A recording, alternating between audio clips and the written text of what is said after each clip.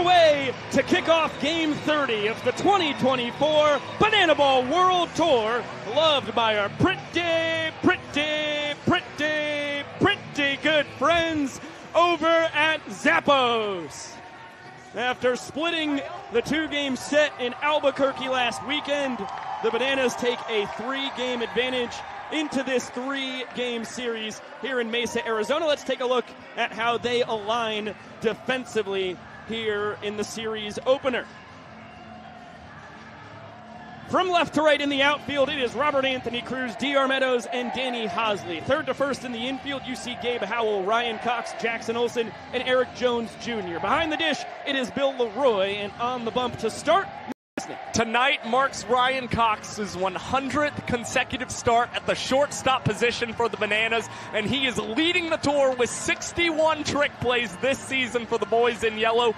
Meanwhile, Danny Hosley manning right field tonight for the Bananas. He had 2 trick plays in the afternoon game last Sunday. He's going to try and add more for Noah Nisnik, the lefty, who also recorded a trick play in his last start last Saturday.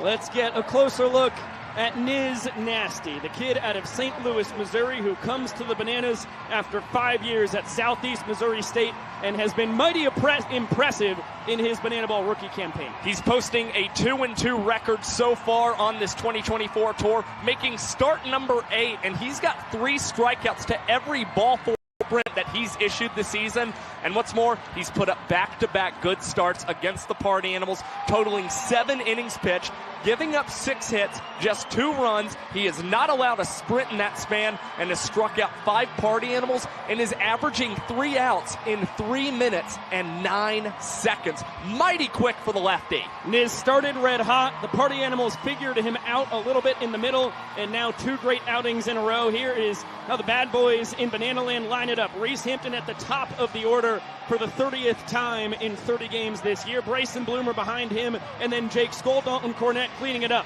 The middle has Chase Acuff, Tanner Thomas, and Noah Fisher. The bottom 3, Dustin Baber, Bronson Ballholm, and Jason Swan. And you've got to look out for that switch hitter at the top of this order for the Party Animals. We are just about ready for first pitch here in Sloan Park, the spring training home of the Chicago Cubs, the biggest spring training facility in Major League Baseball. It is rocking and rolling. Jesse Cole will fire the good folks up. Banana Nation, it's time. On 3, I need everyone here to yell, start the clock. 1, 2, 3. Showtime. Leading off for the Party. When over 15,000 fans say start the clock, that's exactly what we are going to do. Here is the patented walk-up boogie for Reese Lightning in his 3rd campaign in Land, 2nd with the Party Animals, the switch-hitting center fielder. 12th round draft pick back in 2018, nabbed by the Detroit Tigers. Takes ball 1 low. Vincent Chapman back behind the dish after last Sunday. He had his first night umpiring on the bases on this young tour. Lalo Mendoza over at first. Nathan Neurer. Oh, diving attempt! Right on the money. He can't catch up to it. But that's why we love Mr. Neurer here in Banana Land. You teed that up perfectly. Right when you mentioned the guy, he lays out trying to make a web gem as an umpire, and this one floats into the stands down that right field line, a screamer towards the fans, and not able to come up with an early foul-out catch. Great job, control room. You are on fire. 3 hours in the future. In the hostess city of the South, excellent replay of Neurer's full extension diving attempt. I mean, truly one of my favorite characters to ever bless us with their presence in Banana Land as the curveball misses down and in. Full count here on the Animals center fielder. I would say that umpires are athletes too. Now Reese Hampton shoots this one over to second base, and Jackson Olsen early on in this ball game collects it and decides to go with the bounce pass over to Eric Jones Jr. for the first out. Trick play number 32 in 36 tries here in Olsen's sophomore campaign in Banana Land. The Great 8 is picking up the pace in trick plays. He is 4th overall. Pitch to Bryson Bloomer, just a bit inside. And with the way that Jackson Olsen's momentum was carrying him towards that first base bag, going with the bounce pass rather than under the legs there was the right move there to get the trick play early on in this ball game. One just misses high. No. Vincent Chapman called it a strike. Was it the most emphatic strike call? No, he called it a ball. I was right. Our scoreboard was wrong. I digress. 3-1 count.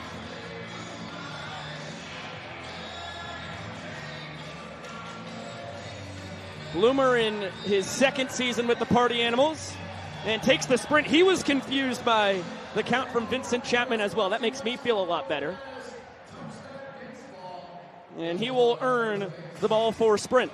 And that's got to be frustrating, not only for Bryson Bloomer, but frustrating for Mike Vivacis and some of those Party Animals coaches. He's issued ball four there, and Bloomer's looking down at the box, just expecting to get set up and await the next pitch, and then all of a sudden realizes, oh, I've got to take off, can only get first base, but the Party Animals will pinch run him and insert Jordan Hussein, tonight's designated runner for the Bad Boys. Bloomer had surgery this offseason to fix a right hip labrum impingement.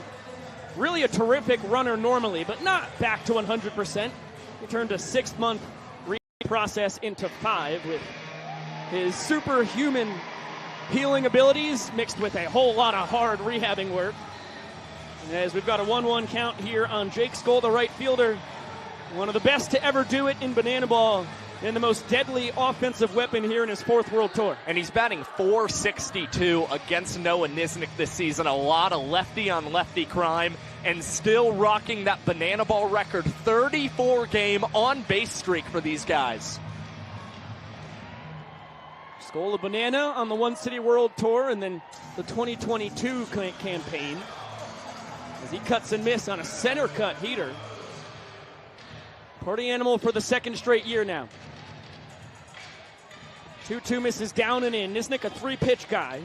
4-seam fastball, circle changeup, and a curveball. And a surprising pitch there to me from Noah Nisnik, deciding not to go breaking ball. 2-2 to Skoll. Now we'll check Jordan Hussein over there at first base. And now comes set with the payoff pitch, and Skoll spring this one out of Sloan Park foul. Jake Skoll, no stranger to MLB Spring Training Park. 7 years in minor league baseball after the Texas Rangers grabbed him 15th overall in 2010. 5 years in their farm system, and 2 as a New York Yankees farmhand. That one gets the low outside corner. That was a very generous strike 3 call from Vincent Chapman. As Hussein will swipe second on the play. He's now 6 for 8 in his stolen base attempts on the tour, as Skoll gives Chapman a piece of his mind. And on first review, I agree with the Animals right fielder on that one. And it takes a lot of heads-up base running from Jordan Hussein to know not to keep running there. Recognize that that was a called strike 3 on Jake Skoll, and you're sliding in just trying to get into second safely there.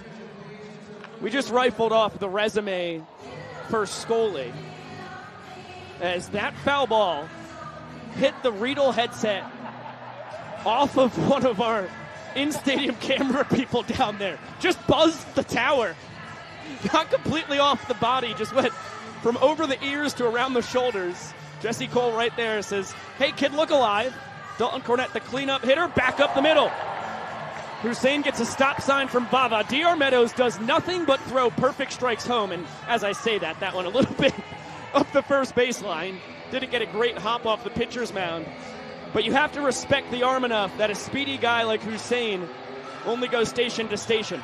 And watching Mike Vivacis, who is coaching third over there for the Party Animals, there was not 1 minute where he thought about waving Jordan Hussein home there. Just shows the immense amount of respect that Bava and these Party Animals coaches have for the Bananas center fielder defensively.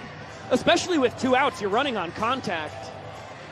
Tyler Gillum, the Bananas head coach, infamous for his green light special base running system, which he implied here in Phoenix at South Mountain Community College before grabbing the head job with the Nanners in the summer of 2018. I would say Gillum probably would have had the windmill going. Pressure burst pipes is his mantra, as this one scolded but gobbled up by Gabe Howell. Between the legs, he grabs the trick play, and Nisnik wriggles out of trouble, strands runners on the corners, and the Nanners just need one run to win the first inning. Gabe Howell set up in perfect position there to field that one from Chase Acuff. Loves trying to hug that third base line, and Howell coming up with a trick play as well to get Nisnik out of the inning in 6 minutes and 40 seconds. Take a look at the Party Animals defense as they try to hold serve in the first. Left to right in the outfield, you see Noah Fisher and then Hampton and Skoll. Third to first in the infield, it is Bloomer and Acuff, Dustin Baber and Jason Swan. Behind the dish, it is the Arizona State kid Bronson Ballhome, and on the bump, Brett Helton. Yeah, this is pretty much the usual defensive lineup you're getting for the Party Animals, who are starting to play Noah Fisher a lot more in left field. He has 3 trick plays at third base, still looking for one at that left field position, but this is something he's been doing a lot in practice for these guys, and probably learning something from Reese Hampton, who is pacing all Party Animals outfielders with 14 trick plays. And of course, a little bit of a rivalry brewing between Dustin Baber at 42 trick plays and his shortstop teammate Chase Acuff, who's got 40. Take a look at the screaming Brett Helton at the middle of it all. The pride of Colorado Springs, Colorado. 3 years at the University of Utah as a two-way guy there, then 4 years in the Pittsburgh Pirates minor league system. This is his second Banana Ball World Tour. And he's still been an above-average pitcher this season, a 110 ERA plus for the Party Animals right-handed starter. We've got something special going on. Shark, what's up? Ladies and gentlemen, please welcome the Commissioner of Banana Ball, Jesse Cole.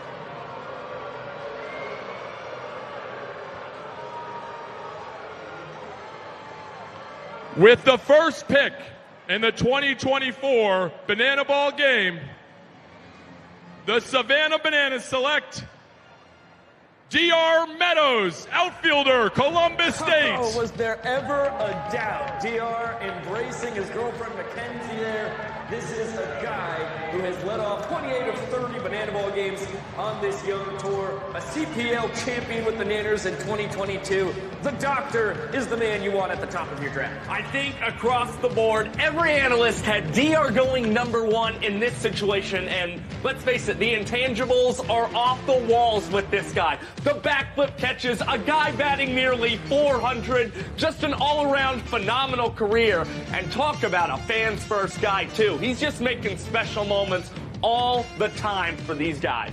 He is the behemoth of backflips. Dozens upon dozens of unbelievable plays have been made by this man out in center field as he suits up and leads off the bottom of the first inning.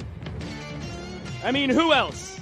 The guy who started his collegiate career at Chipola College, then a year at South Georgia State, finished up with 3 seasons at Columbus State, as Jesse Cole mentioned.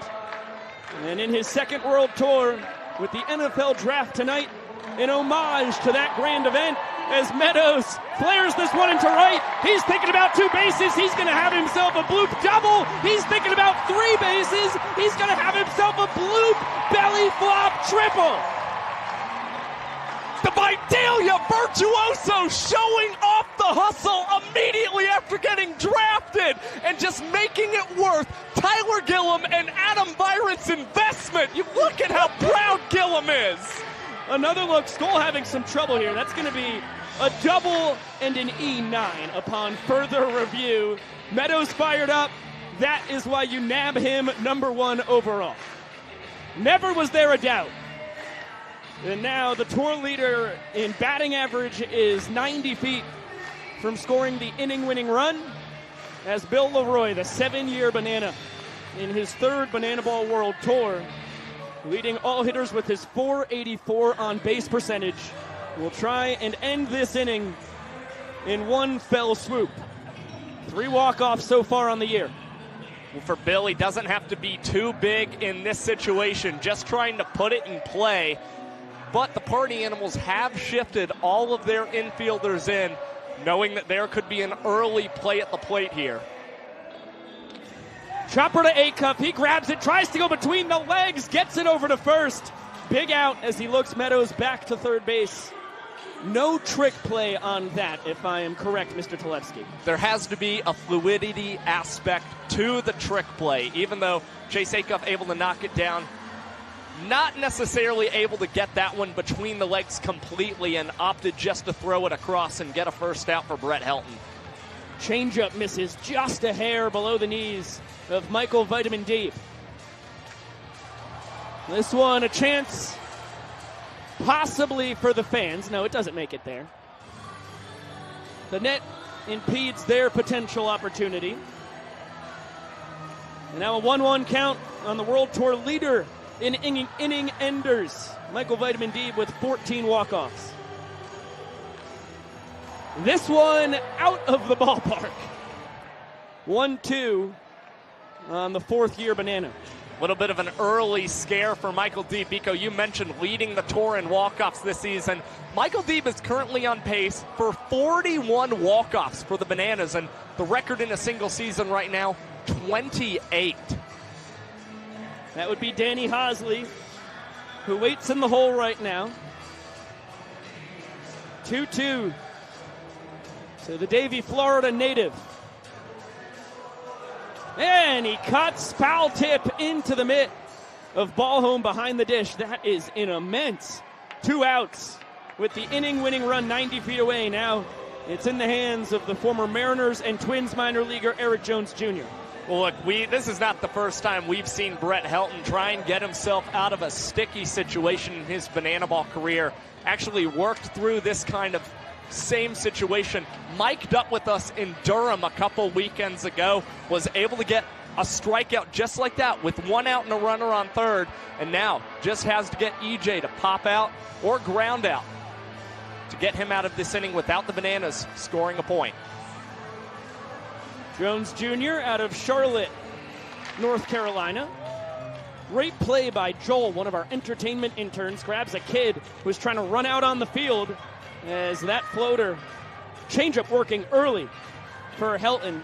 Cut on and missed by EJ, and now Brett the Jet, 1 strike away from escaping. This one bounced to Jason Swan. He's going to take it to first himself, adds a bounce for a trick play, and Brett Helton, you are miraculous. He holds serve, scoreless after 1. Another look at the play by Swanee. And let's get it to our Party Animals correspondent, Drake Toll, out in the berm. Josh Biko, I am here with 3,000 of my closest friends, specifically in the berm. Look, Sloan Park has got about 15,000 people here watching this banana ball game, which is one of the largest in history. But I was thinking this, if I really should counter off by rolling it. Now, we've seen a lot of great crowds this season, notably great. Then I loved that because Drew our big butter hit Bronson ball home. I think what which is just making it special.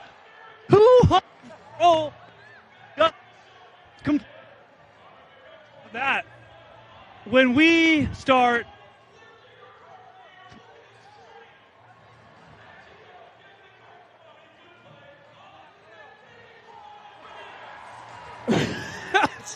just unbelievable journalism there from our Baylor boy.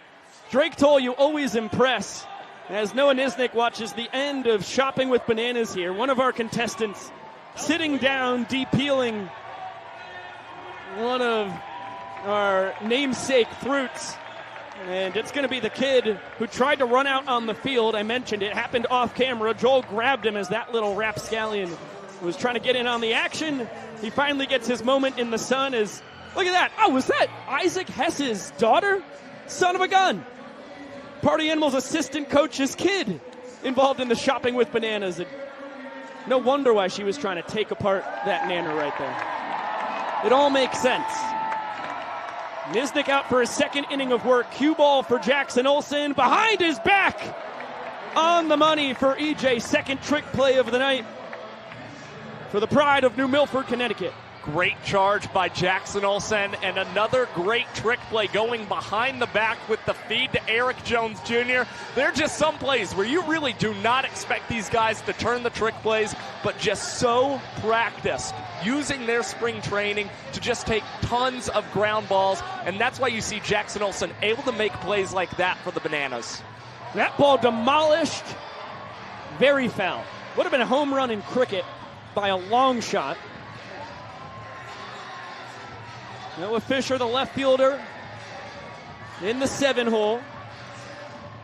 Guy who grew up in Madison Heights, Michigan, about 20 minutes outside of downtown Detroit, but calls Phoenix, Arizona his home these days. Olsen, in between the legs, and 5 of the outs tonight. Out of those, 3 of them Olsen trick plays. And all 3 trick plays come via a different variety for Jackson Olsen. This one under the legs with the little Matt Wolf feed this time. And you can see Jackie, he's feeling good about his defense early, taking a little bow. Big curveball. Finds the zone for Nisnik. Dustin Babers, one of the hottest men in Banana Land right here. Right on cue. Line drive to rack and left. And Babes stays scorching. Yeah, Dustin Baber coming into the night, batting over 400 in the month of April for the Party Animals. Doing it in this 8 spot. He got bumped up. They loved the way he was swinging the bat so much. And once again, I mean, we talked about it in the pregame show, but a guy who collected his first career banana ball home run last weekend. Great hold there by Bronson Ballholm, the catcher, switch hitter. Can't catch up to the heat. That's why Nisnik is so deadly when he's on. He was able to strand runners on the corners in the first, as his counterpart Helton stranded Meadows on third in the bottom half. Niz, when he can sneak that heater by you, as the fans have a chance here, that one not caught. The fastball, circle change, and the curve, they all come in on the same plane. He likes to elevate the heater. That's where he picks up a lot of his strikeouts. And then that big bender can start above the zone and end up below it. 2 balls and 2 strikes now on Ballholm. And you saw on that pitch right there after the delivery, Noah Nisnik jumping around, not happy with his location on that outside part. Well, missing outside to Bronson Ballholm there. Goes back to the outer half of the plate, and this time Ballholm sees it close enough and fouls it off. We'll get another 2-2. Bronson from Los Angeles, California, stayed at home at first. Check that. That's not true at all. He went to Beloit College. That's in Wisconsin. But then got to finish up his collegiate career at his dream school, Arizona State, right here in Phoenix. As this one is chopped to Howell. He goes between the legs, across the diamond just in time to get the speedy catcher for the Animals. Second trick play of the ball game for Howell. 5th of the night between he and Jackson Olsen. Let's get it back to our Party Animals correspondent, Drake Toll, who I'm sure has some more Big J journalism for us. Josh, Biko, we're going to try that one more time. But this time, instead of rolling, I'm going to casually walk down this berm that's housing 3,000 Banana Maniacs out here. And kind of what I was mentioning is that we've seen some great crowds this season. Houston and Baton Rouge and Albuquerque last week because of Drew Gillespie. This week with Connor Big Butter Higgins and Bronson Ballholm of the Party Animals. Being a couple of guys who are familiar to Mesa, it has been spectacular already. I looked over at Drew Gillespie, who got to see his whole family last week pregame, and he said, this might be the best crowd we've had all year already. And again, the reason why is not just the 12,000 that gate opens behind me, it's the 3,000 people on this berm right here. That is absurd. Something that's never been seen before in Banana Ball. And, well, I'm not sure there's a ballpark in America where you can see it quite like this. Guys, that was a 200-foot ascent, and that's enough for me. Back to you in the booth. A great atmosphere in Mesa. We'll party on. You know what? You surprised me, Mr. Toll. That was a lot of terrific information, although I would have loved to see him roll down that berm again, personally. You can't ruin the jacket, man. It costs too much to dry clean. Yeah, we're hoping to go an entire 80-game tour for the Animals without having to take that to the dry cleaner once. So far, so good. Although it did need a good cleaning after his introductory video. His new beloved Party Animals, Ryan Rodriguez and company. Actually, Ryan got the brunt of the flour, silly string, all kinds of Cheez-Its. Liquids, powders, solids, hot sauce. Typical Party Animals fashion to introduce their first ever broadcaster. 5, 6, and 7 for the Bananas here in the bottom of the second. Helton, if you're just joining us, pulled an incredible Houdini act in the first as Bryson Bloomer. Trick play, nice scoop from Jason Swan at the other end. And that is the 7th trick play already in the ball game, second of the night for the Animals. Jason Swan did not start his banana ball career as a first baseman, and he has evolved into a god at the pick over there at first for the Party Animals. Unbelievable snag there to save the trick play out for Bryson Bloomer. Here is Dan Oberst, a dangerous man lurking in the 6-hole. This is his 3rd Banana Ball World Tour, 6th year as a Banana.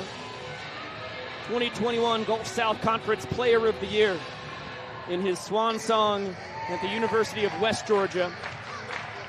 2021 CPL champ. Big reason why the Bananas won their 2nd of 3 Pettit Cups. That is a pitcher's pitch. Change up, down and away, scraping the outside corner, right at the bottom of the knees. And Helton, who has done very well against Oberst, attacking with the 2-seamer there. Yeah, this is why you see Dan bump down in the order. Usually guy batting 3 or 4 in the lineup for the Bananas. Moves down to the 6-hole mainly just because he's batting .238 against Brett Helton this tour. Nice cutter there. Good take by the kid out of Largo, Florida, originally from Long Island, New York. And this one chopped back to Brett. No time to do anything tricky. Oberst runs very well, and Helton takes care of him himself. Yeah, Brett very cognizant of Dan Oberst's prowess as a base runner there. Just is able to collect it, take his time, and throw out the Bananas' designated hitter tonight. And he's got to face another tough batter, Gabe Howell, coming off of a hot series in Albuquerque last weekend. We've already seen him produce 2 trick plays with the glove. This is his 1st Banana Ball World Tour. 3rd year as a Banana, though, 2019, and then my first summer as Bananas broadcaster, 2020. Gabe was the everyday shortstop. The collegiate home run holder, record holder that is for the Nanners. 9 bombs lasted out in 2019. He had 17 home runs last year in the Pioneer League. Just notched his first Banana Ball home run as this one lined into left for a base knock. He saw Fisher with his keister up against the warning track. Party Animals in no doubles defense. And it'll be a 2-out knock for the pride of Somerville, Georgia. And that base hit for Gabe Howell extends early his 7-game hit streak for the Bananas. Pretty good way to snap out of a 185 batting average across the previous 10 games before the streak began. Robert Anthony Cruz, deep out to right, it's warning track power. Skoll with a leaping catch right up against the wall. And Rack will have to wait for his 3rd career Banana Ball home run. The former Washington Nationals minor leaguer gave it a good ride, but a little too much launch angle as we get another look here. Let's get it down to Maceo Harrison and the boys. They will dance us to the 3rd. We're scoreless.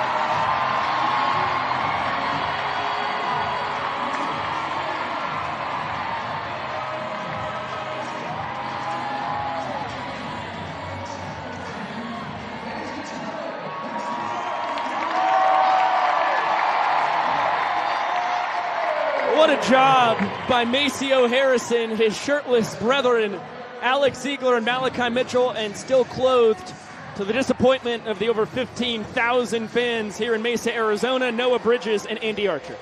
Count me as one of the disappointed fans as well. I mean, what are we doing, Mr. Bridges?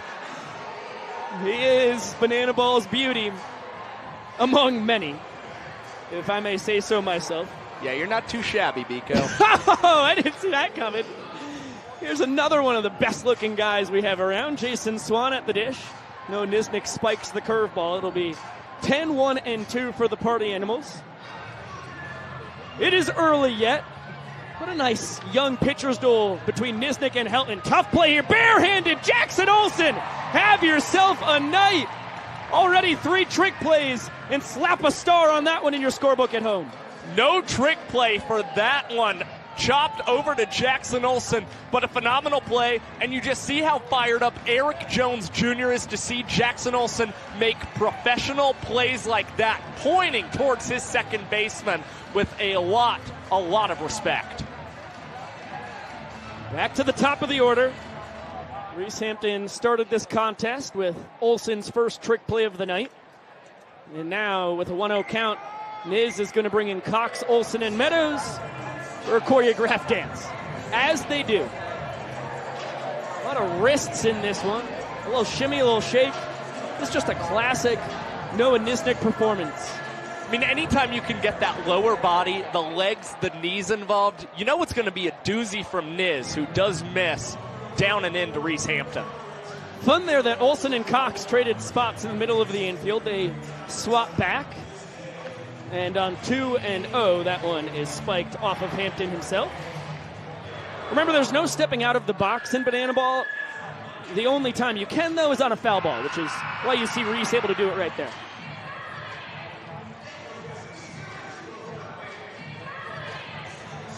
I don't know where that one missed. Vincent Chapman, I would wager, says high. Tough pitch not to get the call on, but that's when Nisnik comes back with a 3-1 circle change. Yeah, Nisnik never afraid to throw it despite the count. Now goes to the heater, 3-2. Ryan Cox with 2 bounces. Eric Jones Jr. with the stretch over at first base. And it's another trick play in this ballgame, and 62 now on the season for the Glove Magician. That guy is out of his mind. The specialty walk up here for Bryson Bloomer in the 2-hole. Garrett Delano with smelling salts. For all of his teammates, visceral reactions from everybody involved, and then Bloomer at the end of it. Oh boy, he lives for it. That's how he got out of bed every morning growing up in Lexington, Kentucky. And you can see it in the eyes right now from Bryson Bloomer. Good morning, sunshine. Time to get in the box and see if you can hunt a barrel. He worked a sprint his first time, was stranded on third in the first.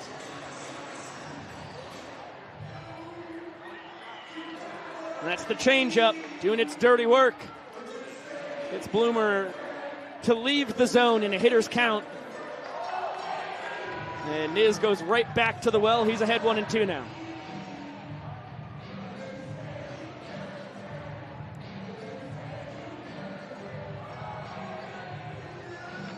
This one, a chance for the fans. In the hat! What a play by the man in the yellow shirt.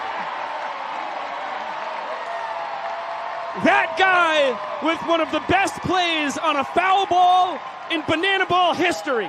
It smells like a foul out to a fan, and you could see it. He looked into his hat and was just as surprised to see the banana ball right inside it. And last year's tour leader in foul outs to a fan has done it for the first time in 2024. Let's get it down to Jesse Cole for a brand new promotion, Banana Land Dance Roulette. The biggest dance with the Banana Land, our breakdancing coach, let's hear it for Maceo. And our dancing umpire, let's hear it for Vincent. And they're going to go in a competition. We're going to spin the wheel on the video board and play a song with a different type of genre, and we're going to see what they can do. Vincent, first spin, here we go.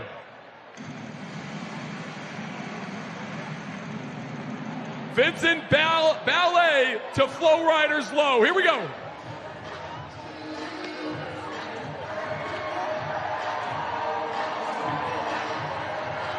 Vincent, this is not your style. All right, that's it. Maceo, next one here. Spin the wheel. Hip hop to Swan Lake. Hip hop to Swan Lake, a ballet song.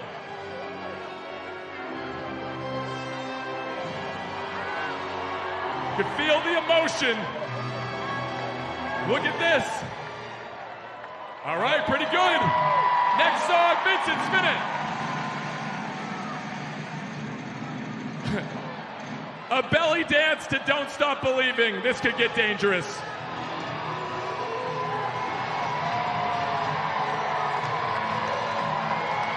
Oh, jeez. All right. Please get us to this next one. Here we go. Maceo, your turn. Macarena to Love Story by Taylor Swift.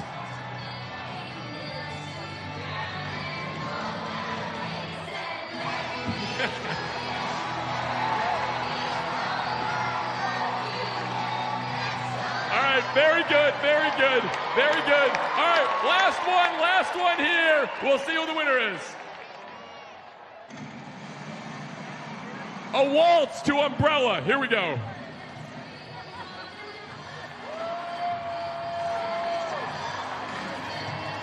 This is getting weirder and weirder.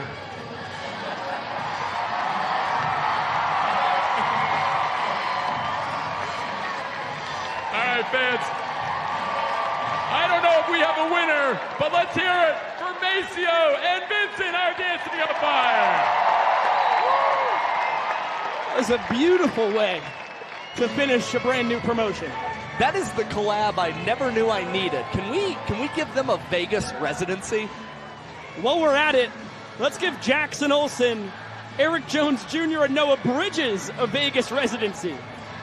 They don't even need to sing. They can just do these lip-sync walk-ups. And I'm sure MGM, Wynn, Caesar, someone's got to give them a deal.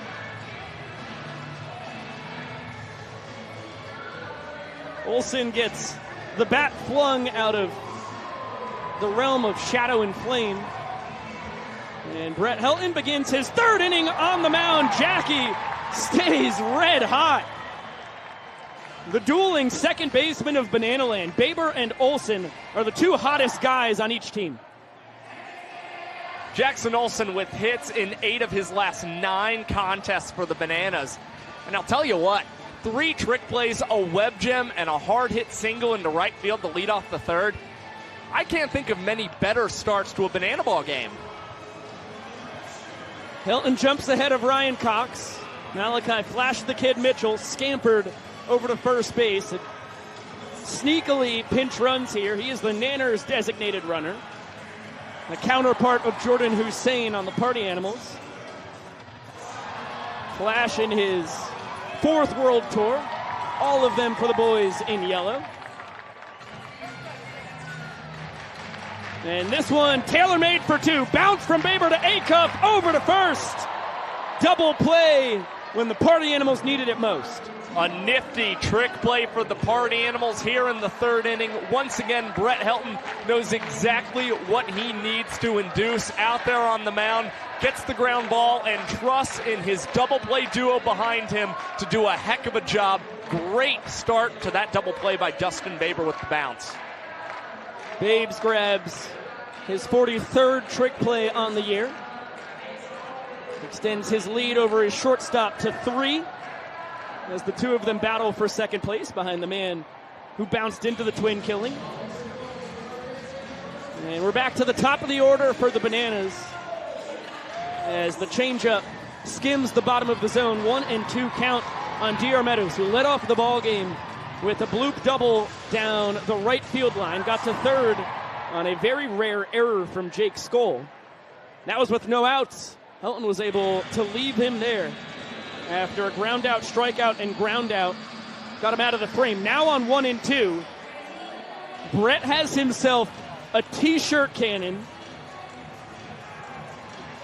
And the second-year Party Animal has entered major mischief mode. He is jamming that banana ball down there. Looks like there's some merch underneath it. And he's going to try and snipe himself a strikeout. Down to a knee. There goes the banana ball. He gets it back in. Okay, into a prone position. Army crawling to the rubber. The 1-2. High, all the way to the backstop. Meadows trying to steal first. Ball home doesn't have a chance. He throws the ball into right field. DR thinks about second, but will be content with his third steal of first base on the year. He leads all banana ballers. Yeah, that was just the right heads-up decision by DR Meadows. You're not exactly sure where that banana ball is going to go out of the cannon, and just had the right mindset to take off and get in safely with his third steal of first this season. So the inning-winning run is aboard for the third straight inning.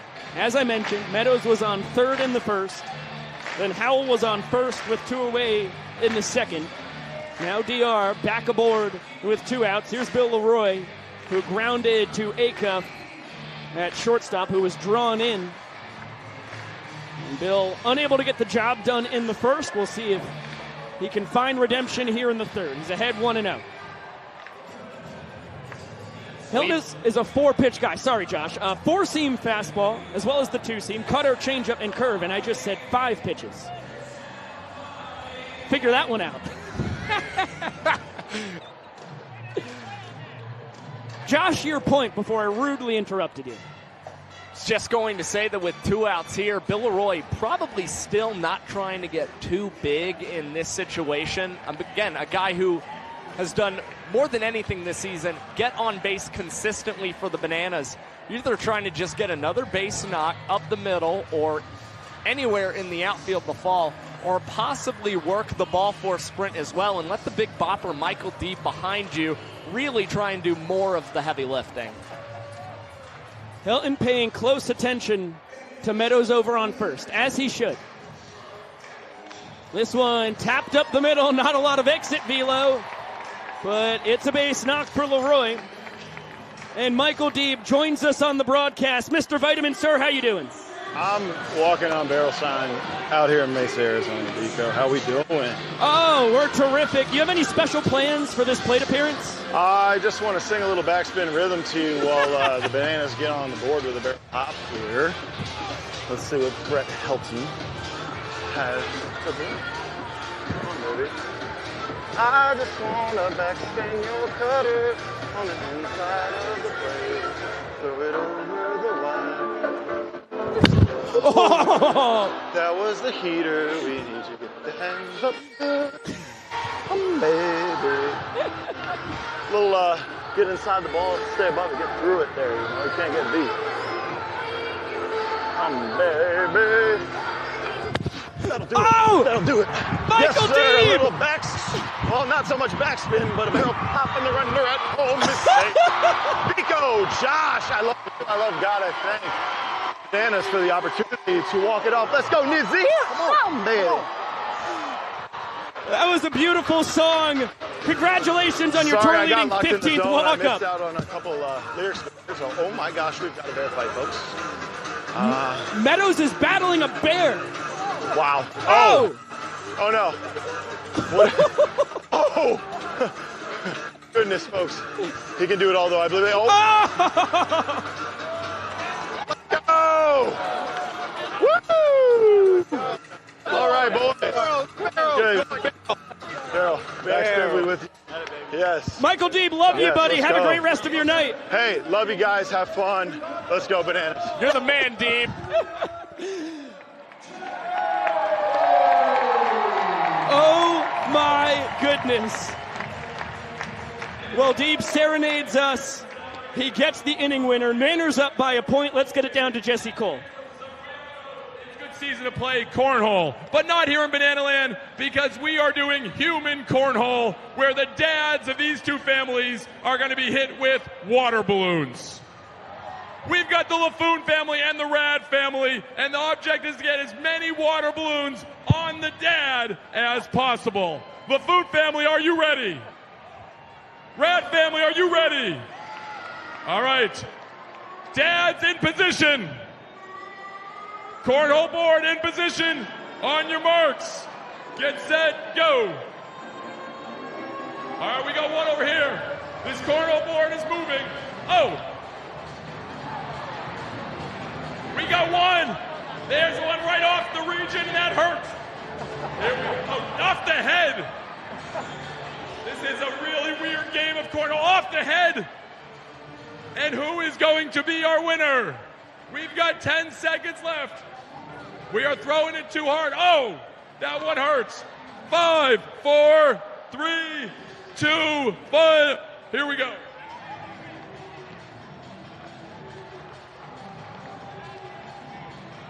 And it looks like the winner is the Red family. That's a good dad right there, taking water balloons like a champ. I would like to see Jesse Cole as the dad in one of those water balloon cornhole contests. The Bananas have a 1-point lead, 3 innings in the books. Noah Nisnik out for his 4th frame of work. How about Michael Vitamin D, the former Chicago White Sox minor leaguer with beautiful pipes and a tour-leading 15 walk-offs now. And also becomes the first Banana to 20 runs batted in this season as well. And I'll tell you what, you just saw a very comfortable Michael Deeb in the batter's box, and I'd venture to guess Michael Deeb should start singing more when he's up there at bat for the Bananas. Just adds to that fun aspect that you're trying to embrace in Banana Ball. He is the best. As is Mr. Vincent Chapman. 1-0 count, he calls time. Trackman had the mask toss at 113 feet high. A new record on the tour for Vince. That's the kind of performance you want to have in front of the second largest crowd in Banana Ball history. And once again, it's just great to see Vince once again behind the dish. He was manning first last Sunday, and it's hard to throw away a mask when you're over there at first base. That's a fact, but it was a thrill to see him over at first base as well. I mean, it's just pros all over the place. And to hear Andy Archer say, I have no idea what's going on right now, guys. Yeah, Vince took over center stage. He did his dance right on the mound. Barehanded by Cox. He didn't have a chance. Skoll runs like the wind itself as that ball gets stuck behind the tarp. And Jake content with an infield single after he was struck out looking his first time on a controversial call. Jake Skoll, another guy always looking for the barrel, but trust me, he's never going to complain just being able to leg out an infield single like that and extend now 35 consecutive games, reaching a base safely for the Party Animals. That is the Banana Ball record. This one scolded by Cornette, but right to DR Meadows in center. So Dalton 1 for 2 after he singled his first time.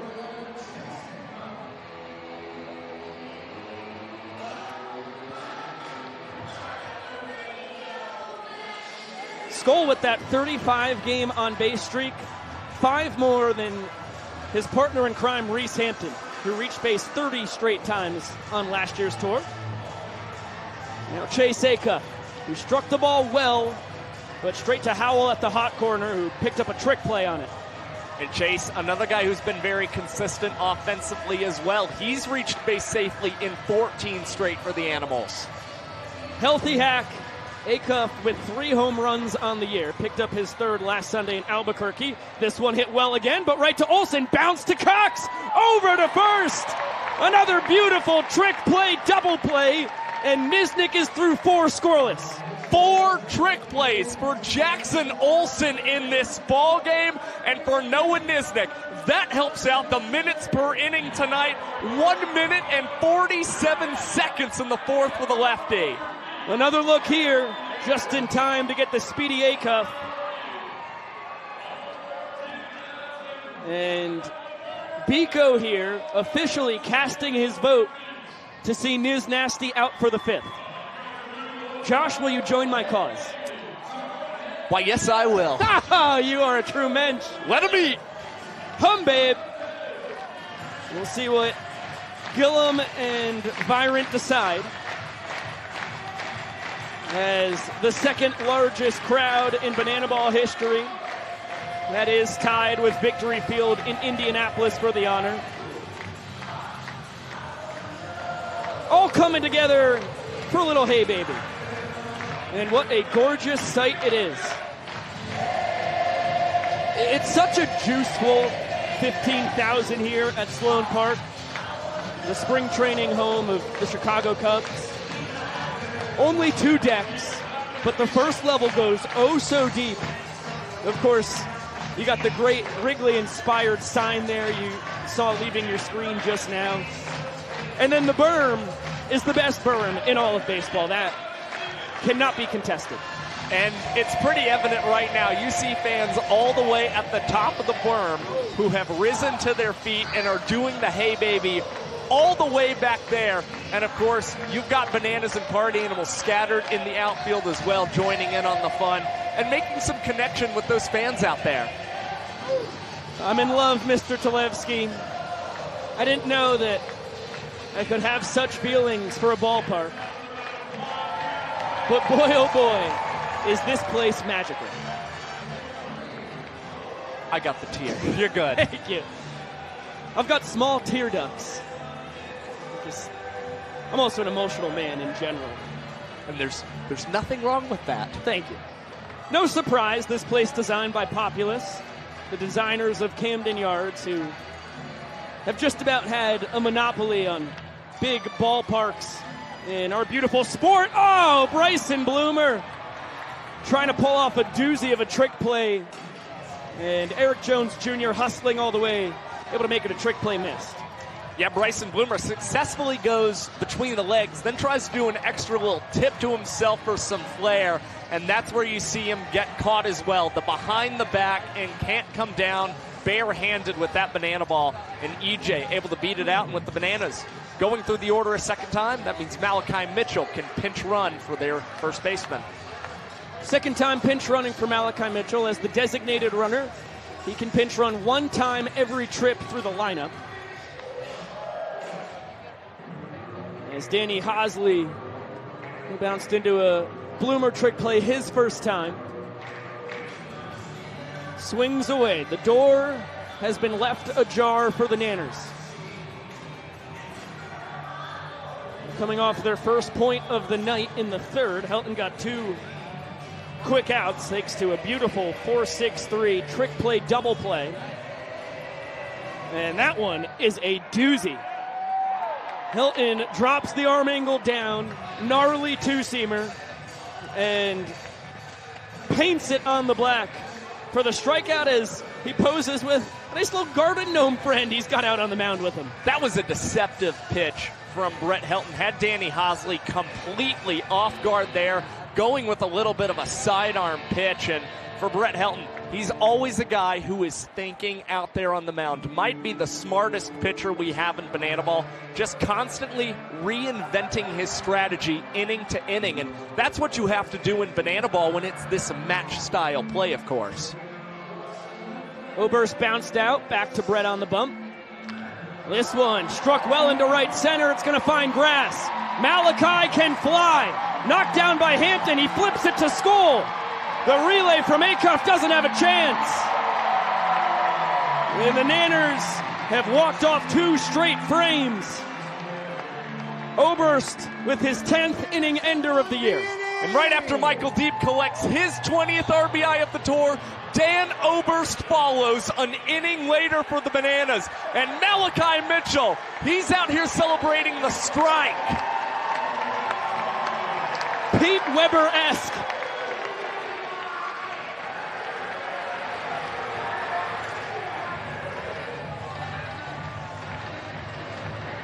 Who do you think you are? Malachi is. The son of Dennis Mitchell, United States gold medalist, Olympic sprinter. And you can see Flash in his sparkly new helmet motoring home. Let's get it down to Emily Cole to honor our Bananas Foster family of the night. Emily Cole. There are over 400,000 children and teens in foster care across the country without a permanent home. To raise awareness and help bring families together, we created a nonprofit called Bananas Foster. This organization is dedicated to celebrating those who are already doing wonderful things in the foster care world while educating and inspiring others to get involved. Tonight, Bananas Foster is celebrating the Hench family. Katie and Lindsay have been licensed foster parents for 4 years, and in that time have welcomed 4 long-term placements into their home. They've created great relationships with the biological family of those placements, and were able to reunify all 4 placements. This is huge in foster care because that is the goal, reunification with biological family. So fans, please help us celebrate the Hench family for all that they're doing for kids and families right here in this community.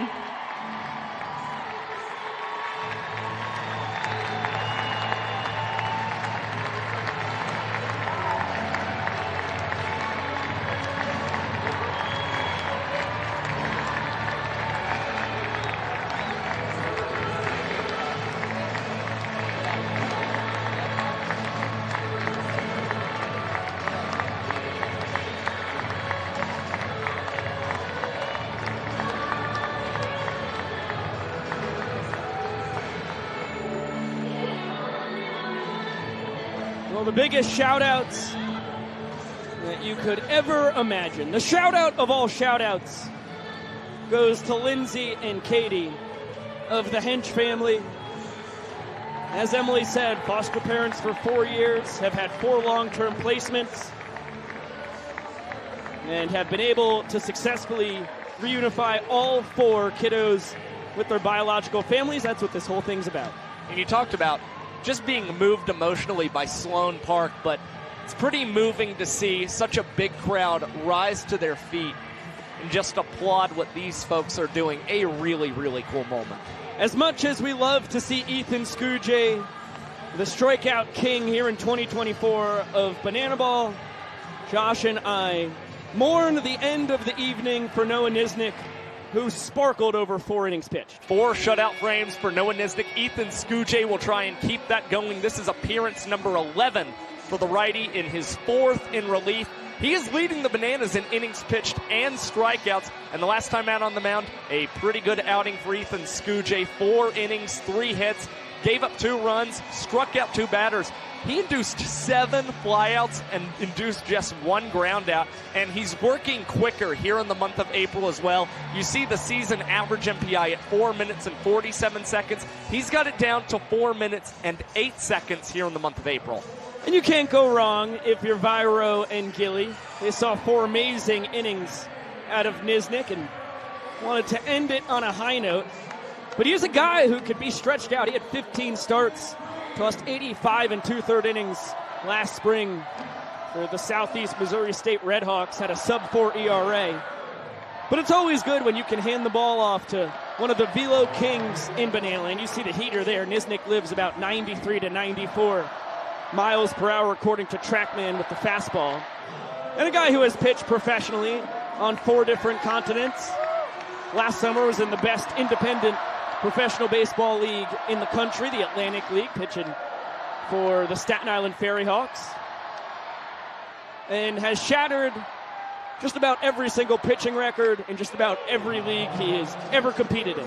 Well, I think there are 2 reasons you see Skujay in relief tonight. Now, he's still dealing just a little bit with a minor foot injury that happened a couple weekends ago in Savannah. Bananas not really trying to stress that foot too much. And another thing, we've seen Cowboy Kyle follow Noah Nisnik most of the time this season. Party Animals have adapted to that strategy. They know what it's like to see Nisnik for 4 and then go into facing Kyle Luigs. This is an attempt by the Bananas to continue to baffle the Party Animals bats. They haven't quite followed up with Skujay behind Niz before. Cut and a miss! That's what Skujay prides himself in more than anything else. Collecting Ks on the donut hitter. And the second largest crowd in Banana Ball history, over 15,000 strong here in Mesa, Arizona. All get free donuts courtesy of Skujay and Duncan. And they should be fired up just like Ethan Skujay out there on the mound. We had gone 4 games without the fans getting donuts. So finally that donut batter comes away with the K. We apologize for 2 out of the 3 crowds in Durham, North Carolina, and for both amazing atmospheres generated by the fans in Albuquerque, New Mexico. This one skied. Ryan Cox barehands it. That thing was hit to the moon and back. And the kid out of Aliquippa, Pennsylvania, pulls off the trick play nonetheless. And the Bananas and Party Animals now up to 11 trick plays in this ball game tonight. And that is a really difficult play to make considering how high it was hit in the air. And you've got to catch that with the lights beaming down on you like that. Ryan Cox, again, there is nobody better at meeting the moment. 2-0 count here on Baber. He has to look out for a 5-pitch mix. 4-seam, cut and split fastballs, as this one's fouled out of the premises. And then a slider and a curveball. The two breaking pitches in Scoojay's arsenal. Baber a line drive base knock into left his first time. He's seeing beach balls right now. And the Party Animals are batting just .231 against Ethan Scoojay on this year's World Tour. But Dustin Baber, one of the Party Animals with the most success against Scooj out on the mound. He is batting .308 against the right-hander. Deuce is wild. And that one barreled into left center field. Baber cannot be stopped. Meadows overruns it. It had some wild English on it. Babe's thinking about 3 bases, and he will have it. He's halfway to the cycle, halfway through this game, after he got 3/4 of the way there last weekend in Albuquerque. People might forget, but Dustin Baber last season for the Party Animals had 4 triples, and here shows off the speed, is able to take advantage of a little bit of a misread by DR Meadows. Well, more so his momentum just carrying him past the banana ball. And for Baber, 90 feet away from scoring a much-needed run for the Party Animals. First 3-bagger of his sophomore campaign in Banana Land. The switch-hitting catcher, Bronson Ballholm, spins it around and hits lefty, and on the 0-2, good old-fashioned hardball. Heater right on the inside corner. Bronny able to stay alive.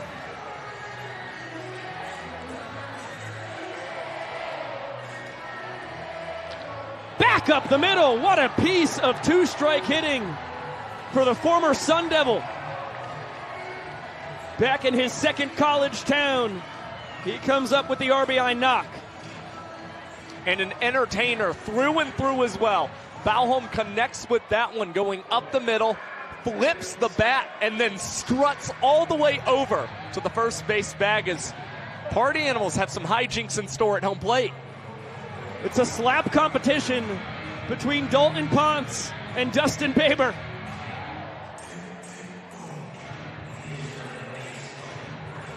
The Babson Park Floridian eats it. No surprise there. And he knocks the pride of Fontana, California, out cold. Dana White would be proud of that run celebration.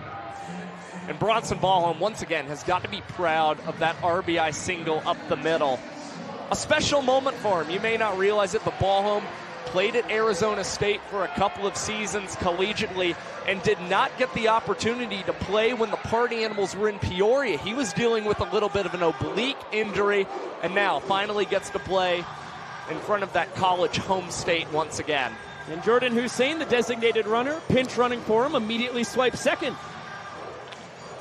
Swanee out in front, backhanded by Cox between the legs. EJ with the scoop. And the damage limited to just 1 run. Party Animals have a chance to cut the Nanners' lead in the all-important points department in half. They will need to put up a goose egg in the bottom of the inning. And naturally, it will be up to our man on the mic, Mr. Brett Helton. How are you doing tonight? Doing fantastic. Hello, everybody. Hello, Brett. Now, what's going on with this gnome here, buddy? Yesterday, we were all playing bingo. I won the J bingo round, and I got to win this little puppy gnome. So he gets to go wherever I go for the rest of the tour. Now, Brett, have you given this gnome a name yet? Not yet. So right now, he's just the party gnome. So also last night, Heather Dalton, she won a sleeve of Tootsie Rolls, which was awesome to start the party off. I get to win this gnome. And then little you know, at the very end on the blackout round, Dalton Ponce goes up there, wins blackout rounds, and gets a 55-inch TV. What? So we went in there, and we robbed it casino style and left with everything. You think he's going to check that or carry it onto the plane? I want him to carry it all the way back. That sounds like the move to me. All right, Brett, you had some tough luck here. Of course, you got banana balled a little on the T-shirt cannon, steal of first base. That's how the Nanners got their first point of the night. But now you eye up 7, 8, 9 in the order. And as we head to the bottom of the fifth, your first chance to earn the boys a point. Yeah. I would like you to share with us the story of how you lived with ducks and geese when you were at the University of Utah. Well, so I'm hanging out at my house. We got friends over watching a movie. I hear this weird, like, noise behind me. And I turn around, and there's this duck just staring at me, totally frozen. And I'm looking at it like, what in the world is going on? And, like, the thing starts flying around the house, fluttering, pooping everywhere. It's complete mayhem. Girls are screaming. My roommates are screaming. I'm like, what are we doing? So my roommates come in, and they're like, what's going on? Things flying around and everything. So it was kind of hilarious, but it was also like, how'd this thing get in here? So like I sprint outside, there's nobody out there. I'm like, I don't even know what's happening. So we end up corralling it in a corner, get it really soft, and we take it outside. And I'm just like, how did this get in here? And I'm sitting there and I'm like, someone had to have done it. And then I hear the door open and this loaf of bread just flies across the room, smokes the wall, and completely explodes. So I'm like, oh my God. So I sprint outside. There we go. There's nobody outside. It's like, it was just like the craziest thing ever. I'm like, this is insane. Somebody's pranking us. So I run back inside, know that it's totally a prank, and I'm like, all right, we're gonna find these people. So now we're kind of laughing, messing around. We're like, that's actually a pretty good prank. So we go to practice. I'm trying to figure out, asking all my teammates, interrogating everyone, texting the soccer girls, the softball girls, everybody. Just like, nobody has any idea. They think I'm crazy. So I spend like 3 days just being like, guys, I swear that there was a duck in my house and someone's punking me. Oh, man. A little bloop base hit there. Hampton not the best read in the world. These bloopers are pretty wild this game. It's all right. We can prevail. Good pitches, get these guys out. So then I throw a party that weekend. It's a few days later. I never really found out who did the duck thing, but like it's still sitting, like it's really killing me that I don't know who did it. And there's one. Got him. There's two. Now that's cool. Don't you dare replay it. I guess if they replay it, I can tell the rest of my story. There's the challenge. Yeah, the Bananas are challenging. So we throw this party. There's people everywhere. We got all the athletes there, all my friends, everybody that's been telling this story about. So like in the middle of the party, there's like a knock on the door. No one knocks on my front door. They just come in the back or they come in. So it's kind of weird. So we walk over there, open the door, and this huge, just feathery beast flies into the party, starts going around everywhere. Same thing. People are screaming. And I'm like, I told you, people. I told you somebody's looking at us. So somebody in all black just like throws this duck in the party. So now it's the thing of the night. Everyone's taking pictures with it, selfies, like playing beer pong with the thing in the background. And we're just having this party with this big old white duck. And I'm like, I told you guys. But all my friends were at the party. So now I'm like, hold on, how is this possible? All my friends, everybody I know is at this party. I don't know who this could be. Right now, guys, I'm not seeing evidence to overturn this. Neither am I. As we pause this story, bang, bang. I think the call on the field stands. I think the call. Let it stand, baby. Let it stand. That's what Brett is hoping for. One more look. We're down to the final wire. Yeah, that's going to be. I think the call on the field stands here, guys. Let's do it, baby. They're thinking about it pretty long, though. They're making sure they don't mess it up, but let's see what Vince says. Boom! Great job, infielders. That's what we do, baby. Turning two when we need it. Great news for you, Brett, and you get to continue your story. Yes. So now the hunt is on for the people that are pranking us. And the only thing I'm thinking of is how we're going to prank them back, and just knowing that this is going to start the most epic prank war ever. Because it's all good, clean family fun. Nothing bad about it. So now we're like sitting there and I'm like, hold on. Duck, goose. And I'm like, are they really going to upgrade to a goose now? And I'm like, first off, catching a goose is like huge. So I'm like, this is going to be even more epic. So we're on high alert every night. We're staying up with the boys.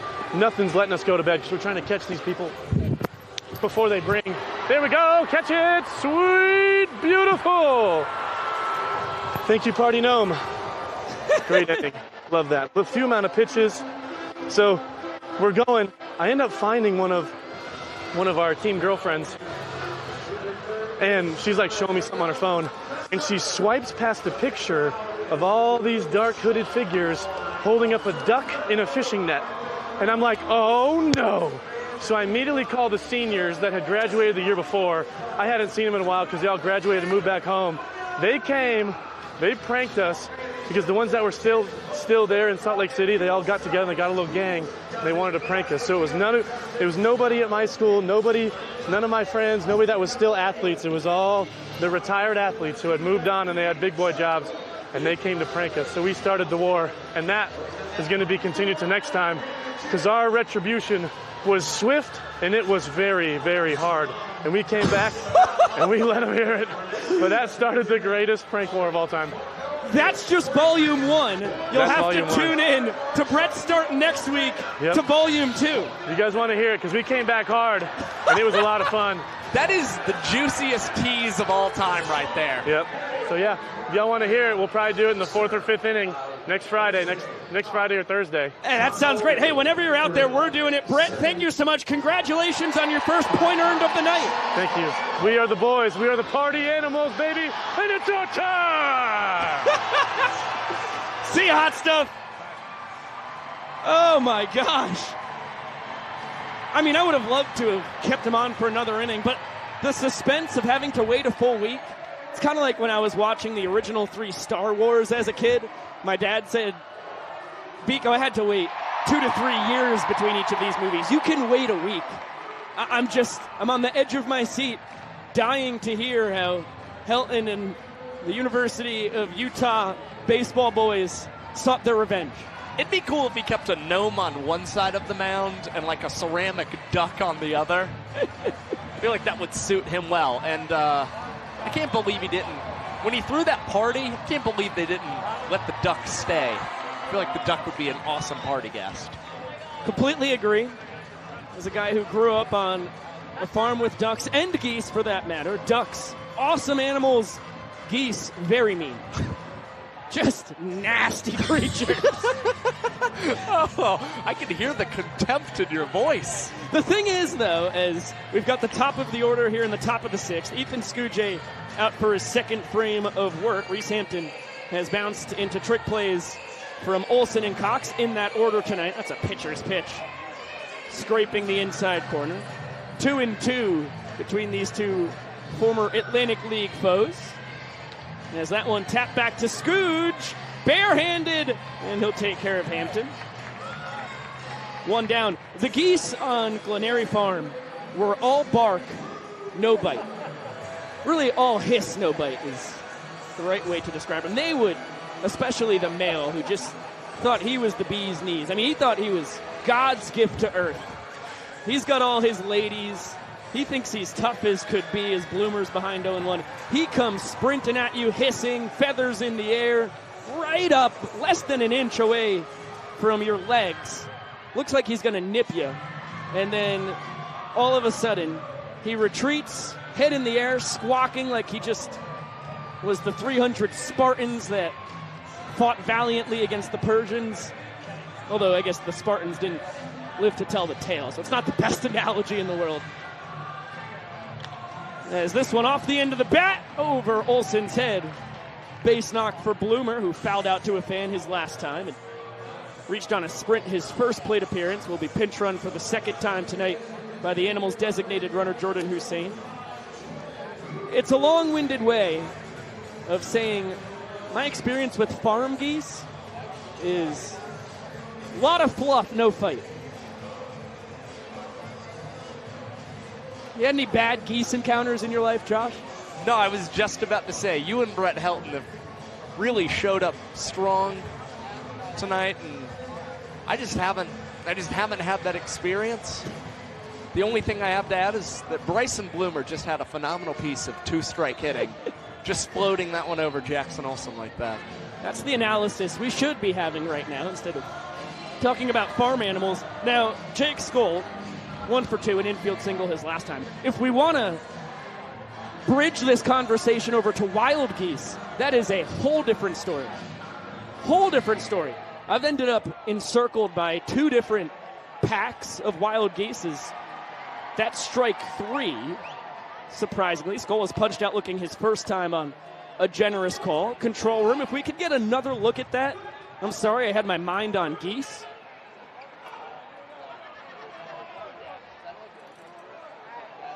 Vincent hitting the party animals with the Jordan shrug right now. What's going on? Oh! Ethan Scujay threw that ball over the batter's eye. Okay, another look at the pitch. Yup, that one too close to take. Around the bottom of the knees. I understand why Skoll let it go. I was completely focused on Chapman behind the dish. I completely missed Scujay going full Napoleon Dynamite with that banana ball. Want to see me throw a banana ball over them batter's eye? I would love to see that. This one chopped the other way. Under the leg. Ryan Cox does it like nobody else. His 3rd trick play of the ball game. Check that, make it number 4. And Scujay's got a scoreless 2nd inning of work. And it is now 13 trick plays in this ball game between the Bananas and the Party Animals, and a much-needed 0 for Ethan Scujay in the 6th.